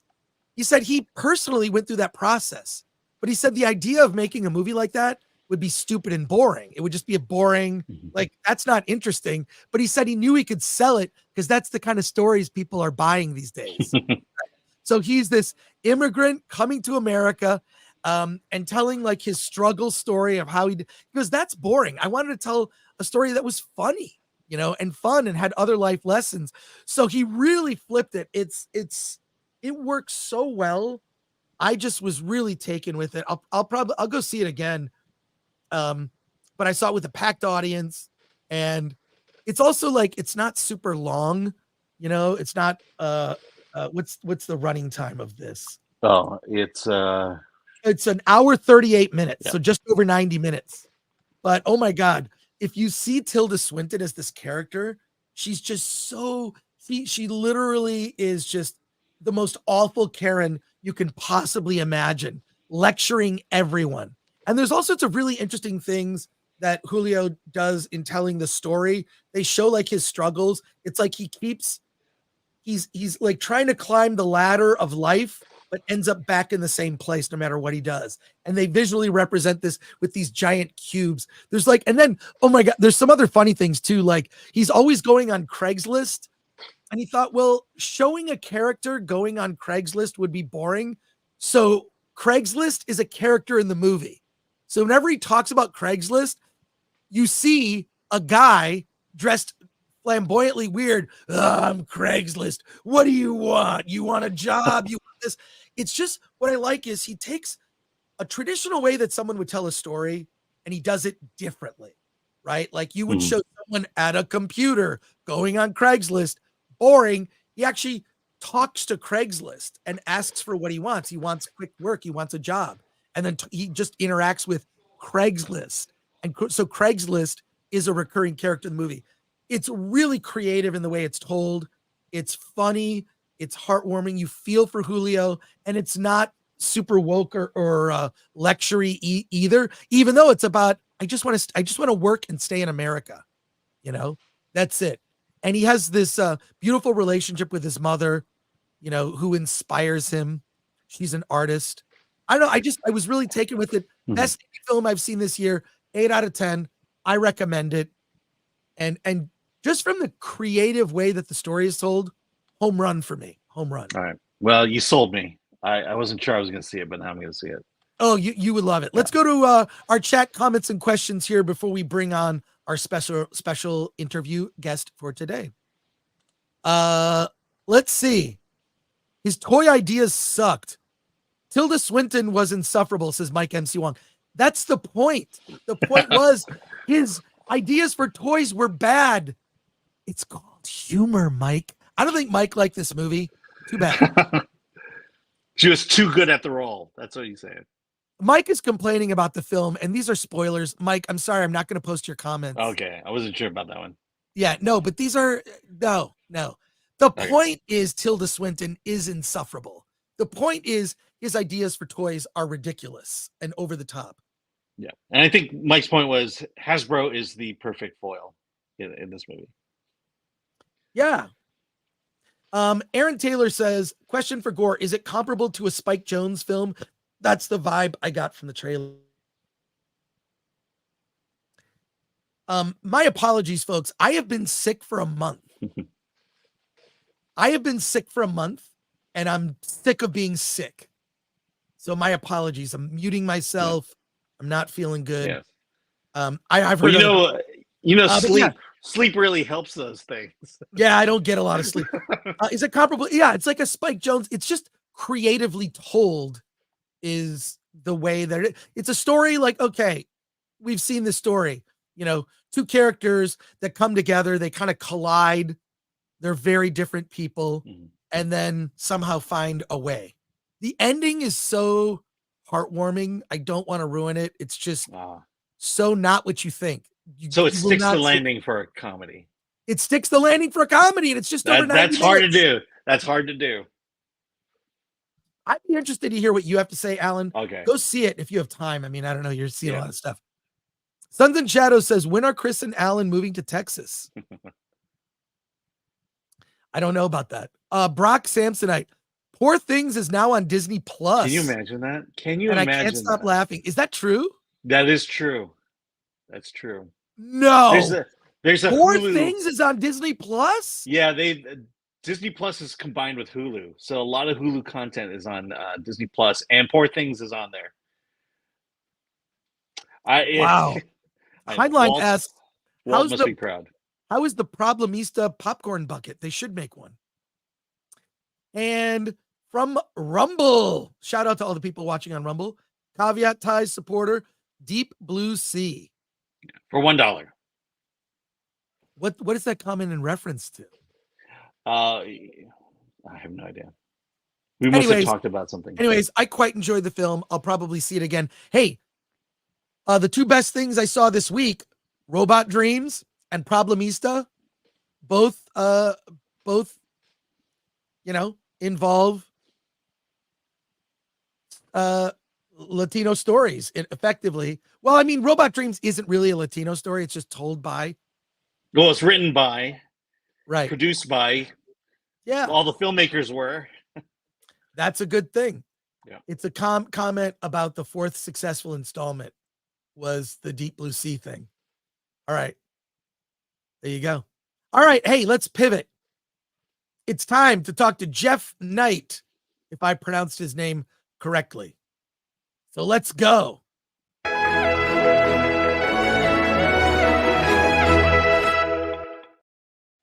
Hey, Jeff. Did I get your last name correct? Are you muted or? Oh, I think you're muted, Jeff. You're muted. Yeah, we're not hearing your sound. All right. You may have to leave and come back. Yeah, we can't hear you. All right. What about now? Oh, yeah, there we go. Perfect. There we go. All right. Okay. Thank you for joining us today. Jeff, is it Jeff Knite? Yeah, it is Jeff Knite. Great. Cool. Tell us about the Omicron killer. Hold on. I see myself. Is there any way I can see you guys? Don't worry about seeing us. Okay. You're doing this on your phone. It's all good. As long as you can hear us, that's cool. Yeah. Tell us about your movie, The Omicron Killer. So the Omicron killer is about a guy who wants to retire from being a serial killer, but on his last day of retirement, he gets robbed by 3 thugs and he's sent to the hospital. So he starts rethinking his retirement. Yeah, I mean, it's now was this movie because COVID is a part of the movie. Was this movie? Did you think it up during COVID? Was it made during COVID? Because it plays a part in the film. No, I don't no. want to ruin it. It was thought up during COVID, but we made it in 2000, towards the end of 2022. Gotcha. And what else can you tell us about the film in terms of production? Well, in terms of, I noticed that you work with kids, child actors. Yeah. I think that is like my greatest fear is to work with child actors. How do you do that? Well, the child actors, they lived close to me, so I got to rehearse with them every day for like months before we went to shoot. One of them is my son. Oh, okay. Well, that's good. Trial by fire. Yeah, one is my son, one is my nephew, and then the girl, she was one of the main actors' daughter. So it wasn't difficult working with them. I mean, you got to have a babysitter on set because once you yell cut, they go crazy. Oh, really? So you have to distract them. Oh my God. There you go. And what kind of notes do you give to your son, and how's your relationship with him today? Yeah. My son is good. He's good at acting. He's been around me my whole life, so he's been watching me edit and shoot. The problem is, like I said, when I yell cut, he forgets his character and goes nuts. And then I got to chase him around like a baby. Well, a lot of like what I've heard when it comes to like directing kids, there's kind of like, there's either like kids that are like Haley Joel Osment that just like they memorize the script, they're total professionals. It's like they're adults in child bodies. And then the other way to get a performance, I remember this when Steven Spielberg directed Carrie Guffey, he's the child actor who was in the movie Close Encounters of the Third Kind. You kind of trick a child into a performance, and off screen, when you see Carrie Guffey, his eyes kind of light up. He's supposed to be seeing the aliens. He actually had a person in an Easter bunny costume hop in and got this sort of whimsical look on his face, this childlike innocence. And so you kind of trick a performance, or you've got these kids that are just like, they're adults. So he tricked the performance. Yeah, I was gonna say you probably tricked him. So there you go. Hey, post your my son is actually really good. Like when it comes down to it, he memorizes stuff and he can be really good. But like I said, the problem is once you get him out of the performance, it's hard for me to control him. He goes from an adult to a kid in 2 seconds. Okay, so and I got to ask you another question. How did you get the money to make this film? Did you do a crowdfund? Did you like shoot on weekends? How'd you put the whole production together? Well, for one, we shot 30 days straight with no breaks. Nice. Wow. Yeah, it was difficult. It was extremely, extremely difficult. The reason for that was because if we took a break on the weekends, we would have to pay the people to be up here because we shot upstate. So it would cost us more money. So we couldn't take off days. Wow. Oh, that is insane. I bet you took a vacation after those 30 days. I for like 2 months afterwards, I couldn't get up. I was destroyed. Oh my God. Oh my God. I wouldn't do it again. I would never do it again like that, ever. Let's see. We have some questions from our audience that's watching live here on YouTube and Rumble. Shout out to our Rumble people. Solomon Thornton, who's a member, asks, "Greetings, Sir Jeff. This movie is interesting. I'm looking forward to seeing it. What is your process for writing screenplays?" So my screenplay process is about a year or two prior to writing the screenplay. I just take ideas and I put them in a folder, or I call it a treatment. I put it in a document. And so over the course of a year or two, I just keep feeding the document random thoughts or random ideas people give me. And then when it comes time to write it, which like right now, I'm writing something right now, I have like 30 pages of notes. So I would never have writer's block. Wow. Question here from Toby Pegram says, "How long did you shoot a day for those 30 days straight was like 12-hour days? How long? It was 12 to 16-hour days. Wow. Oh my God. Yeah. So we would get maybe 4 hours of sleep. So it's like I'm just at 1 day of 4 hours of sleep. I can't imagine what it would be over 30 days. It was insane. We had three different DPs. Brock Samsonite asks, did you have to homeschool your kids during the filming, or did you have to extend filming because of the 8-hour rule? No, because I had actors living with me at the times. A lot of actors were living with me. We put actors in hotels. So the actors that were living with me, they were helping me with my son. Like they would take him to the bus. They would pick up my other son from school. They would take my sons to work. It was like a family. I mean, when you're filming, you become a family. So everybody was helping out. And then from Aid Ellis 24 on Rumble, what was the decision behind pulling a Tarantino and casting yourself in the film as Jimmy? Oh, well, the last film I did, I was supposed to be in it, and then I didn't put myself in it because of just problems we had, and it was a disaster. So I figured I have control of myself. It's hard getting actors to act, especially in a low budget film. So the one thing I could control is I know I'm going to be on set. So it was cost. It was cost. I saved in cost. Let's see. Want Biscuits asks, this kind of info is what interests me. How is the project funded? How are costs managed? So right before filming, we actually had no money. We had zero money. And I was just going to plan on shooting something else more low budget because this film was pretty big. But even for an independent film, it was massive. We shot in 20 locations with over 80 actors. But then at the last minute, I got one of my actors to put 10,000 up so we can start an Indiegogo campaign. We did that, but we didn't raise much. We raised, I think, about 10,000.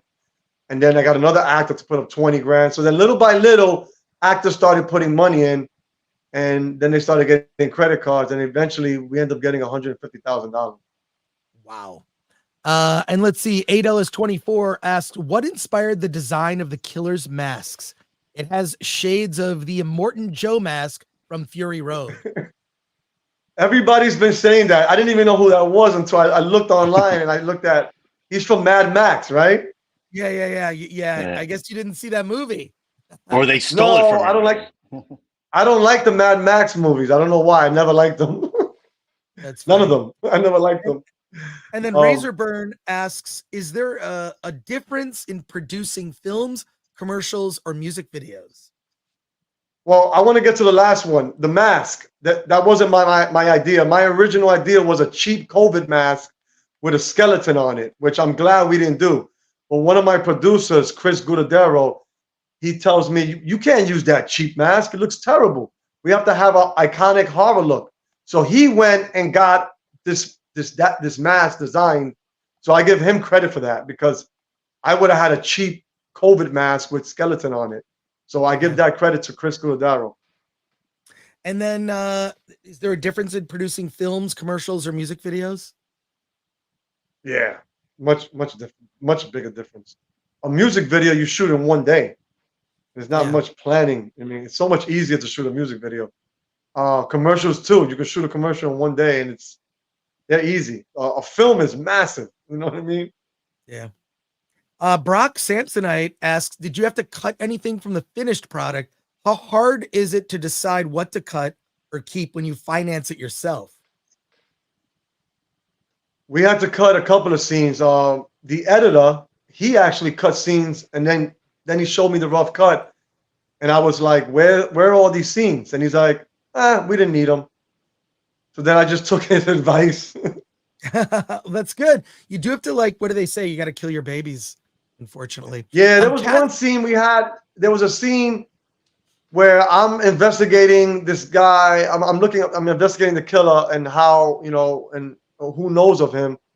And so I look on YouTube and I find this guy, but in the movie, I just show up at his door, and the editor said it just seemed redundant that I'm looking for him, and then we see him. So, whatever, we just cut it out. Yeah, it sucks though. It sucks. And then Castigan just says Bai Ling, and I have to just say this: I've met Bai Ling. She's in your movie. She is so smoking hot. If you look up Bai Ling on her Instagram, and do you have any idea how old she is? She's an older woman. I don't want to say her age because I think she's older than me, but like you said, she is hot. For her age, she looks. First of all, I'd like to say all the women in my movie look fantastic. Bai Ling, though, I have a woman in my movie who's 75 years old, Lynn Lowry, and she's amazing looking. Yeah, it's she's just like, so what was it like working with Bai Ling? She's great. She likes to put a lot of her own input and improvisation into the movie. Like we clashed a little bit because I didn't like what she was doing, but then sometimes she made the movie better.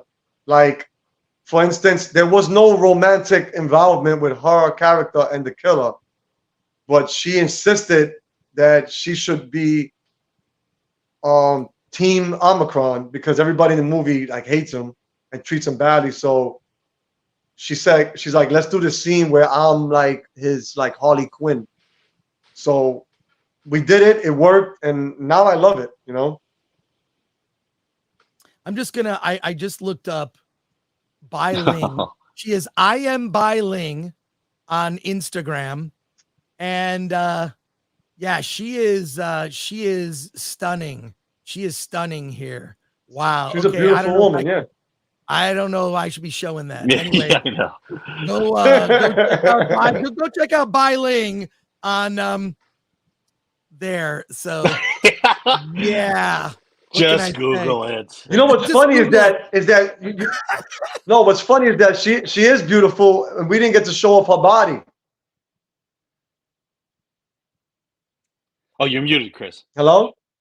She does have kind of a sexy moment, though. So there you go. All right, a few more questions. Here we go. From ADellis24. This is your second COVID-related film. Do you have a plan on finishing the trilogy with your next project? Yes, I'm writing right now. Yeah, the first COVID movie, I would like to apologize. We shot on a phone, and it's really, really low budget. Right. But you gotta do what you gotta do. The third movie. Yeah, we do, but it got us here. So I'm not shitting on that movie. It's a decent movie. It got us to where we're at now. And there's a horror story behind that, but I'm not going to get into that right now. But yes, right now I'm writing two scripts back to back. I'm writing the Crazy Clowny movie, which is a spinoff of one of the characters in this film, and then I'm writing the third. I don't know if you want to call it the third COVID movie or the third Omicron movie, but it's the trilogy capper. Gotcha.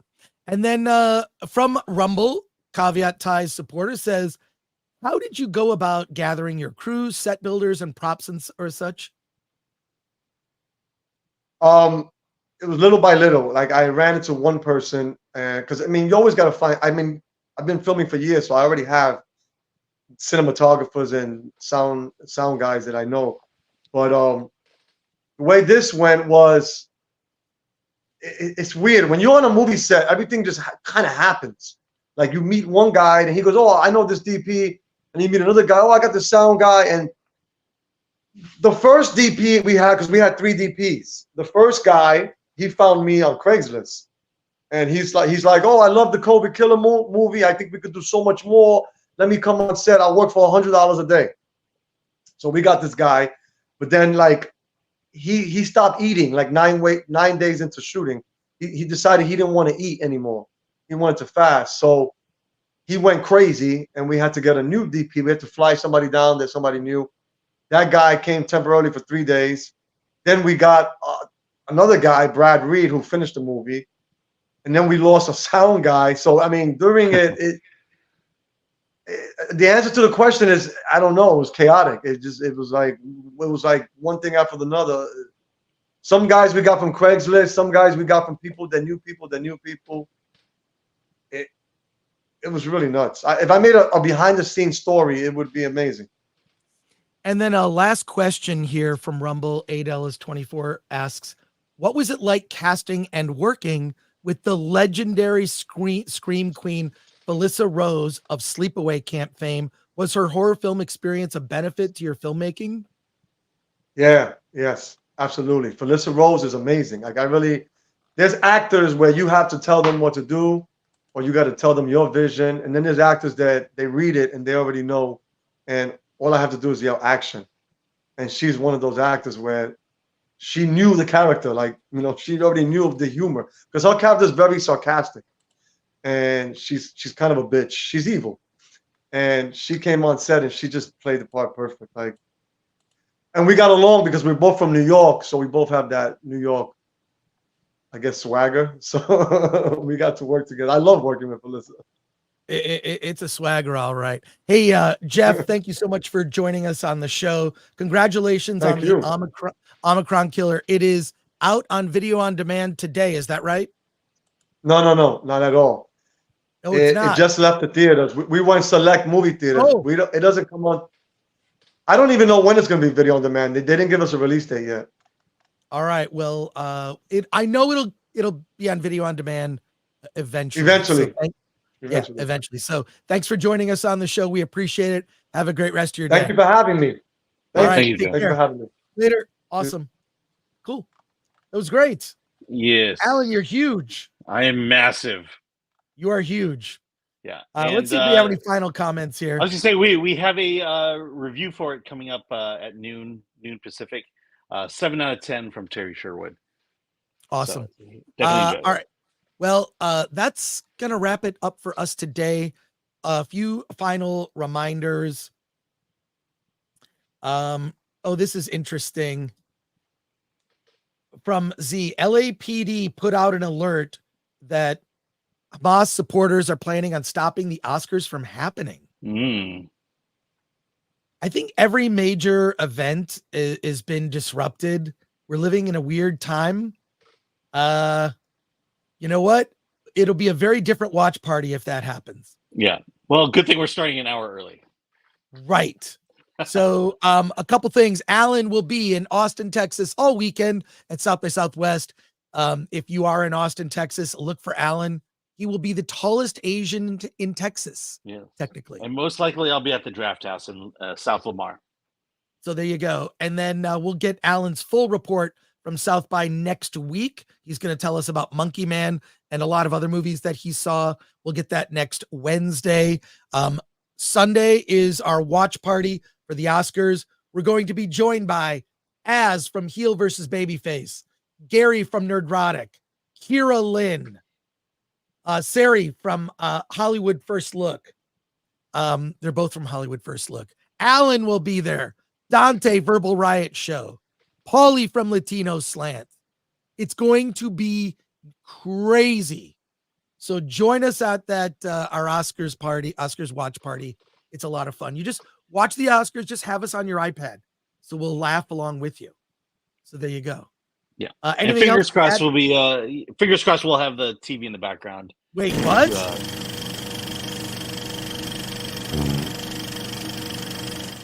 I helped create that promo. I'm not going to say how I did it, but I did it. Yes. I know how you did. So there you go. Thanks to a little app you have. Wait, what is that? By the way, when DEI comes after farts, you know it's over. What are you talking about?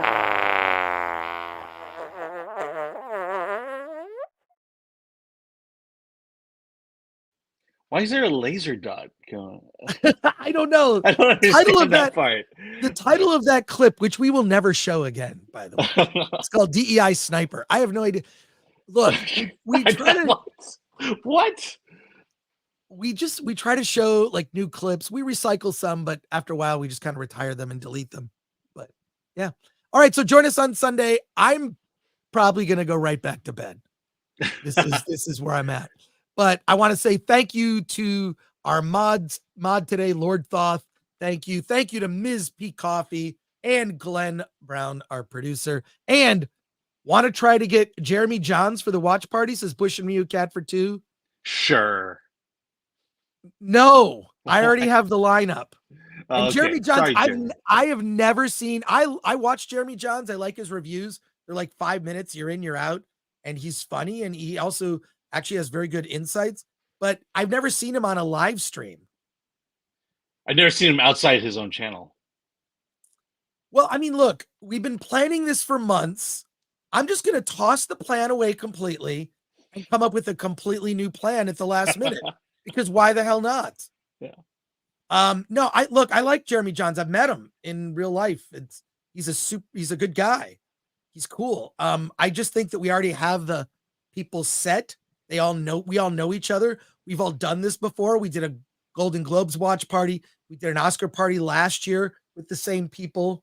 I've never seen Jeremy do a live stream.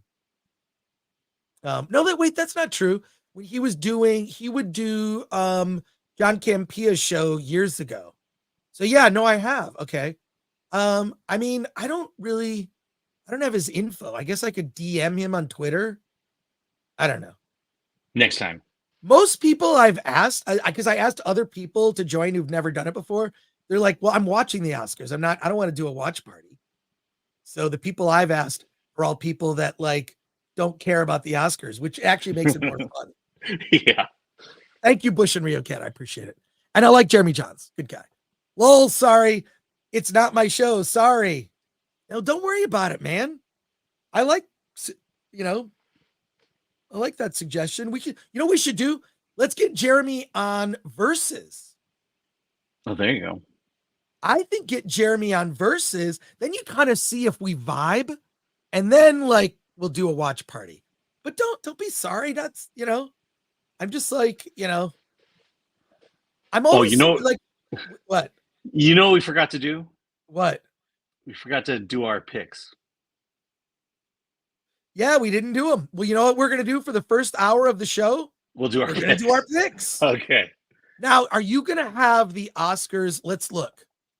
Are you going to have Oscars.org with all the... Oh, yeah. I hadn't even thought about that. I think I'm going to have to play it on my iPhone or something. No, I'm talking about the list. Because here's the deal. I'm going to be focused on the show, and I'm going to be focused on the chat, and I'm going to be focused on the videos, and I'm going to be focused on the producing. Okay, so here's what you need to do. So I need your list. I need help. Yeah, give me your list. Give me your list this weekend, and I'll take care of that. Give you a list of your picks. I don't care. Okay. Forget that. I can just tell you what my picks are. Just go to Oscars. I need you to do the share screen. So when I say, let's look at the nominees for, and then you just bring it up. Yeah. Okay. Can you do that? I can do that. Yeah. I'm sure I'll get this all worked out. But yeah, I'll work on getting that done. All right. Let's look. Awards. Oscars. Okay. News. Here's the nominees. I'm clicking on it. Yes, I know that part. Should I put this in the document? We're actually We'll do what we did last year. We'll do what we did last year. Yeah, just you share screen and then you keep up with it. I'm just saying we don't have to talk about this. By the way, right now. Is this the order they're going to be awarded, or what's the order here? It's like I believe like the supporting roles are up front. Obviously it's not in order, so we have to. It's not in order. Okay, it's not in order. This is, yeah. It's never been in order. Believe me. Okay, so this is all right. I've just sort of blown it up big enough so we can see it. Okay, we can. Right. We can. You don't have to, details. Don't need to talk about details right now. Let's talk about details. What are you having for lunch? Everyone's saying do it yourself. Do you don't know all the other stuff that I'm doing while the show is happening? I just need help. I need a little bit of help. Yes. That's all I'm saying. I did it last year. I did it for the Golden Globes. I'll do it this year. It's fine. Just everybody has a job. Chris's hangover is getting the better of him. Yeah, it is. Shucks, you have no idea. I love the conference call during the live stream. Yeah, This is our Zoom meeting. I'm just saying. Do you remember who won the pick contest last year? The what contest? Our Oscar picks contest. You and me. Who won? We tied. Oh, that's right. We did. In fact, we tied at Best Picture when I tied you with Everything Everywhere All at Once. Razorburn says this is going to be a disaster. Yeah, it is. You have no idea. Yeah. No, but see, that's the fun of it, is like it's kind of a train wreck. But I have so many videos. Wait, do you want to because look, there's still like almost 300 people here. Can I give you guys a preview of some of the stuff? Ooh, I can do it right now. Why not? Let's do it. Okay, we're in the I'm going to give you a preview. So wait, okay. No, not that. That's the music. That's the Hans Zimmer score we hired. Here we go, our music. Good night. It's the Oscars. You gotta turn that down. No, even better. Okay. All right, we're not okay. Right. I'm just getting in the awards spirit here. So, oh my God, these videos are insane. How many videos we have? Did we? All right, I'm just going to show it because you guys are sticking around. 2-1. This is the treat that you get. You know what this is? This is like the post-credit scene for a movie. This is what you're getting for sticking around. Here is another weird occurrence that happened at the 2013 Academy Awards, when asked to introduce Broadway singer Idina Menzel. Again, that's pronounced Idina Menzel. John Travolta said this. Please welcome the wickedly talented one and only Adele Dazeem. Unbelievable. Idina later got her revenge. Oh my God. All right. That's great. This is, dude, we have so much crazy. What else am I got to show some more stuff here. No, we should remind people that the first Oscar live watch we did lasted 2 hours after the Oscars ended.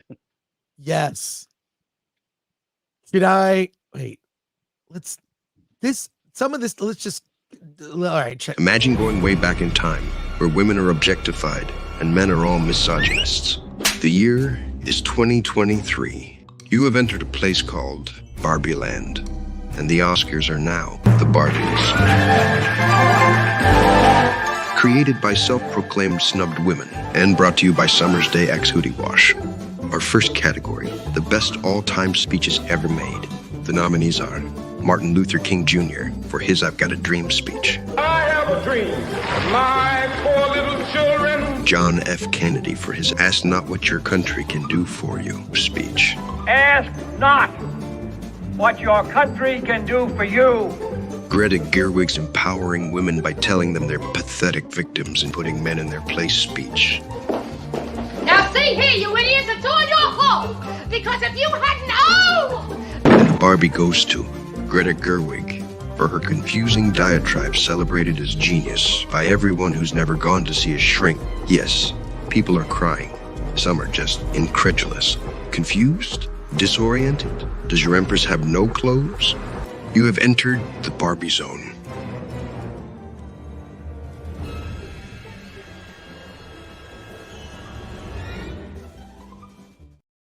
That's all from the YouTube channel Gaslight Station. Made a bunch of videos for us to play during the awards. That's one of like 6 videos that we're going to play. Plus, it is star-studded. We got celebrity endorsements, celebrities to introduce people coming on the show like this one. Ladies and gentlemen, I'd like you to meet Az from Heel versus Babyface. How are we getting all these huge celebrities? Well, we're Ladies and gentlemen, coming to the stage, the one, the only, I'm Gary Beekler from Nerdrotic. Crazy. Welcome to the stage, from Hollywood First Look, Kira Lynn. This is just It's nuts. With the announcement of your Oscars nominees, here are your very tired hosts, Alan Ng and Chris Gore. Where did we get Morgan Freeman? This is just nuts here.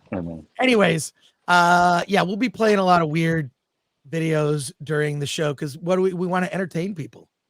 We want to entertain you.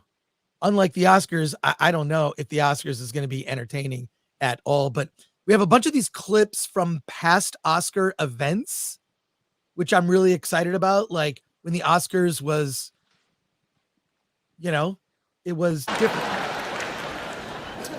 See, how are we doing on time? Oh, we got 5 hours. Let's see.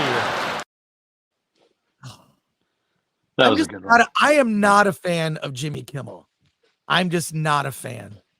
So, we'll get some super chats that come in. Well, I like what Shucksy said about the conference call. Fine, but you got to stick around here. And from Rumble, $8.24. Will Jesus be introducing Alan? I don't think. No, we did. Bush and Ryu Cat for 5 says, last one. I'll let you go. Have the clip with the streaker running behind David Niven at the Oscars. You should become a producer, Bush and Ryu. Become a producer. These are really good ideas. I love them. Incoherent Turd for $4.99. You can guess all the winners before based on the woke hierarchy of oppression. Try it. You'll be 80% or more correct. You could be right. You could be right. Yeah, we should have a third and just make it the woke choice, and we'll see how it does. Right. Yeah, Jimmy Kimmel. Do you mean Karl Malone? Says Triple Threat 305. And then Tom Siebert says, I'm currently reading Niven's autobiography, The Moon's a Balloon, and he was a very clever and funny guy. The book is great, loaded with Hollywood gossip. Love that. And I'll say that I agree with this. Thank you, Tom. Anonymous says, Kimmel is an insufferable propagandist disguised as a comedian. Yeah, he and Stephen Colbert. Oh my gosh. I used to like I liked Jimmy Kimmel when he was on the Man Show. He was funny. And he has just become horrible. Yeah. Well, Stephen Colbert and the remember the vaccine song and dance? Oh, that was just the worst. Thomas Pickett says, will a Native American accept an award? We'll see. Or imagine Maybe. Roseanne Barr hosting the Oscars, says Want Biscuits. I love that. So, but there you go. All right. We're going to leave it there. Look, we have, maybe one more video. Play one more video. What? No, nothing. Go play the video.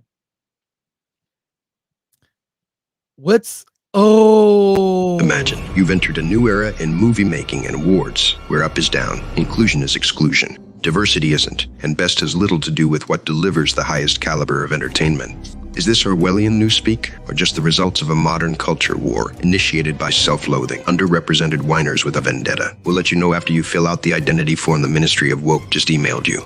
If you tick only the white mail box, please report for repurposing to 225 Silent Drive. Having tested that even 3 wrongs don't make a right, Hollywood is now quadrupling down with 4 wrongs. Just wait for the 5-letter acronym to finally deliver salvation to the disenfranchised. You've entered the DEI AJ Plus zone. It's going to be a bumpy ride. Let me just say that. I am so excited to show these videos. I just want to give you a little, this is like the Oscar pre-show. This is like our little teaser of what's going to be happening during the show. And I can't wait. It's going to be fun. And Alan will be there. I will be there. Alan will be on duty with all of the sharing of the screen. Right, Alan? Yes, duty is the key word. Oh my God. Alan says low-key these jokes where it's like they're like joke grenades.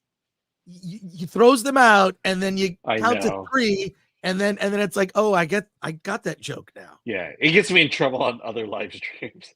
Why? Oh no, I love it. Yeah, I did it on George's once and it was just like, oh boy, that killed the room. Right. Yeah, that's funny. So, all right, hey, we're wrapping it up for today. Yeah, I'm going to say thank you again to everybody. This is Glenn complains. He goes, It's like you're doing the Italian goodbye, which takes forever. I know. What? I don't see anything wrong with it. Yeah, but you're on very little sleep. Dude, you have no idea. Well, now that I'm in on the coffee, I'm less grumpy. I'm just gonna say less grumpy. All right, thank you everybody for sticking around. We will see you on Sunday for the Oscars. Alan, let's get out of here.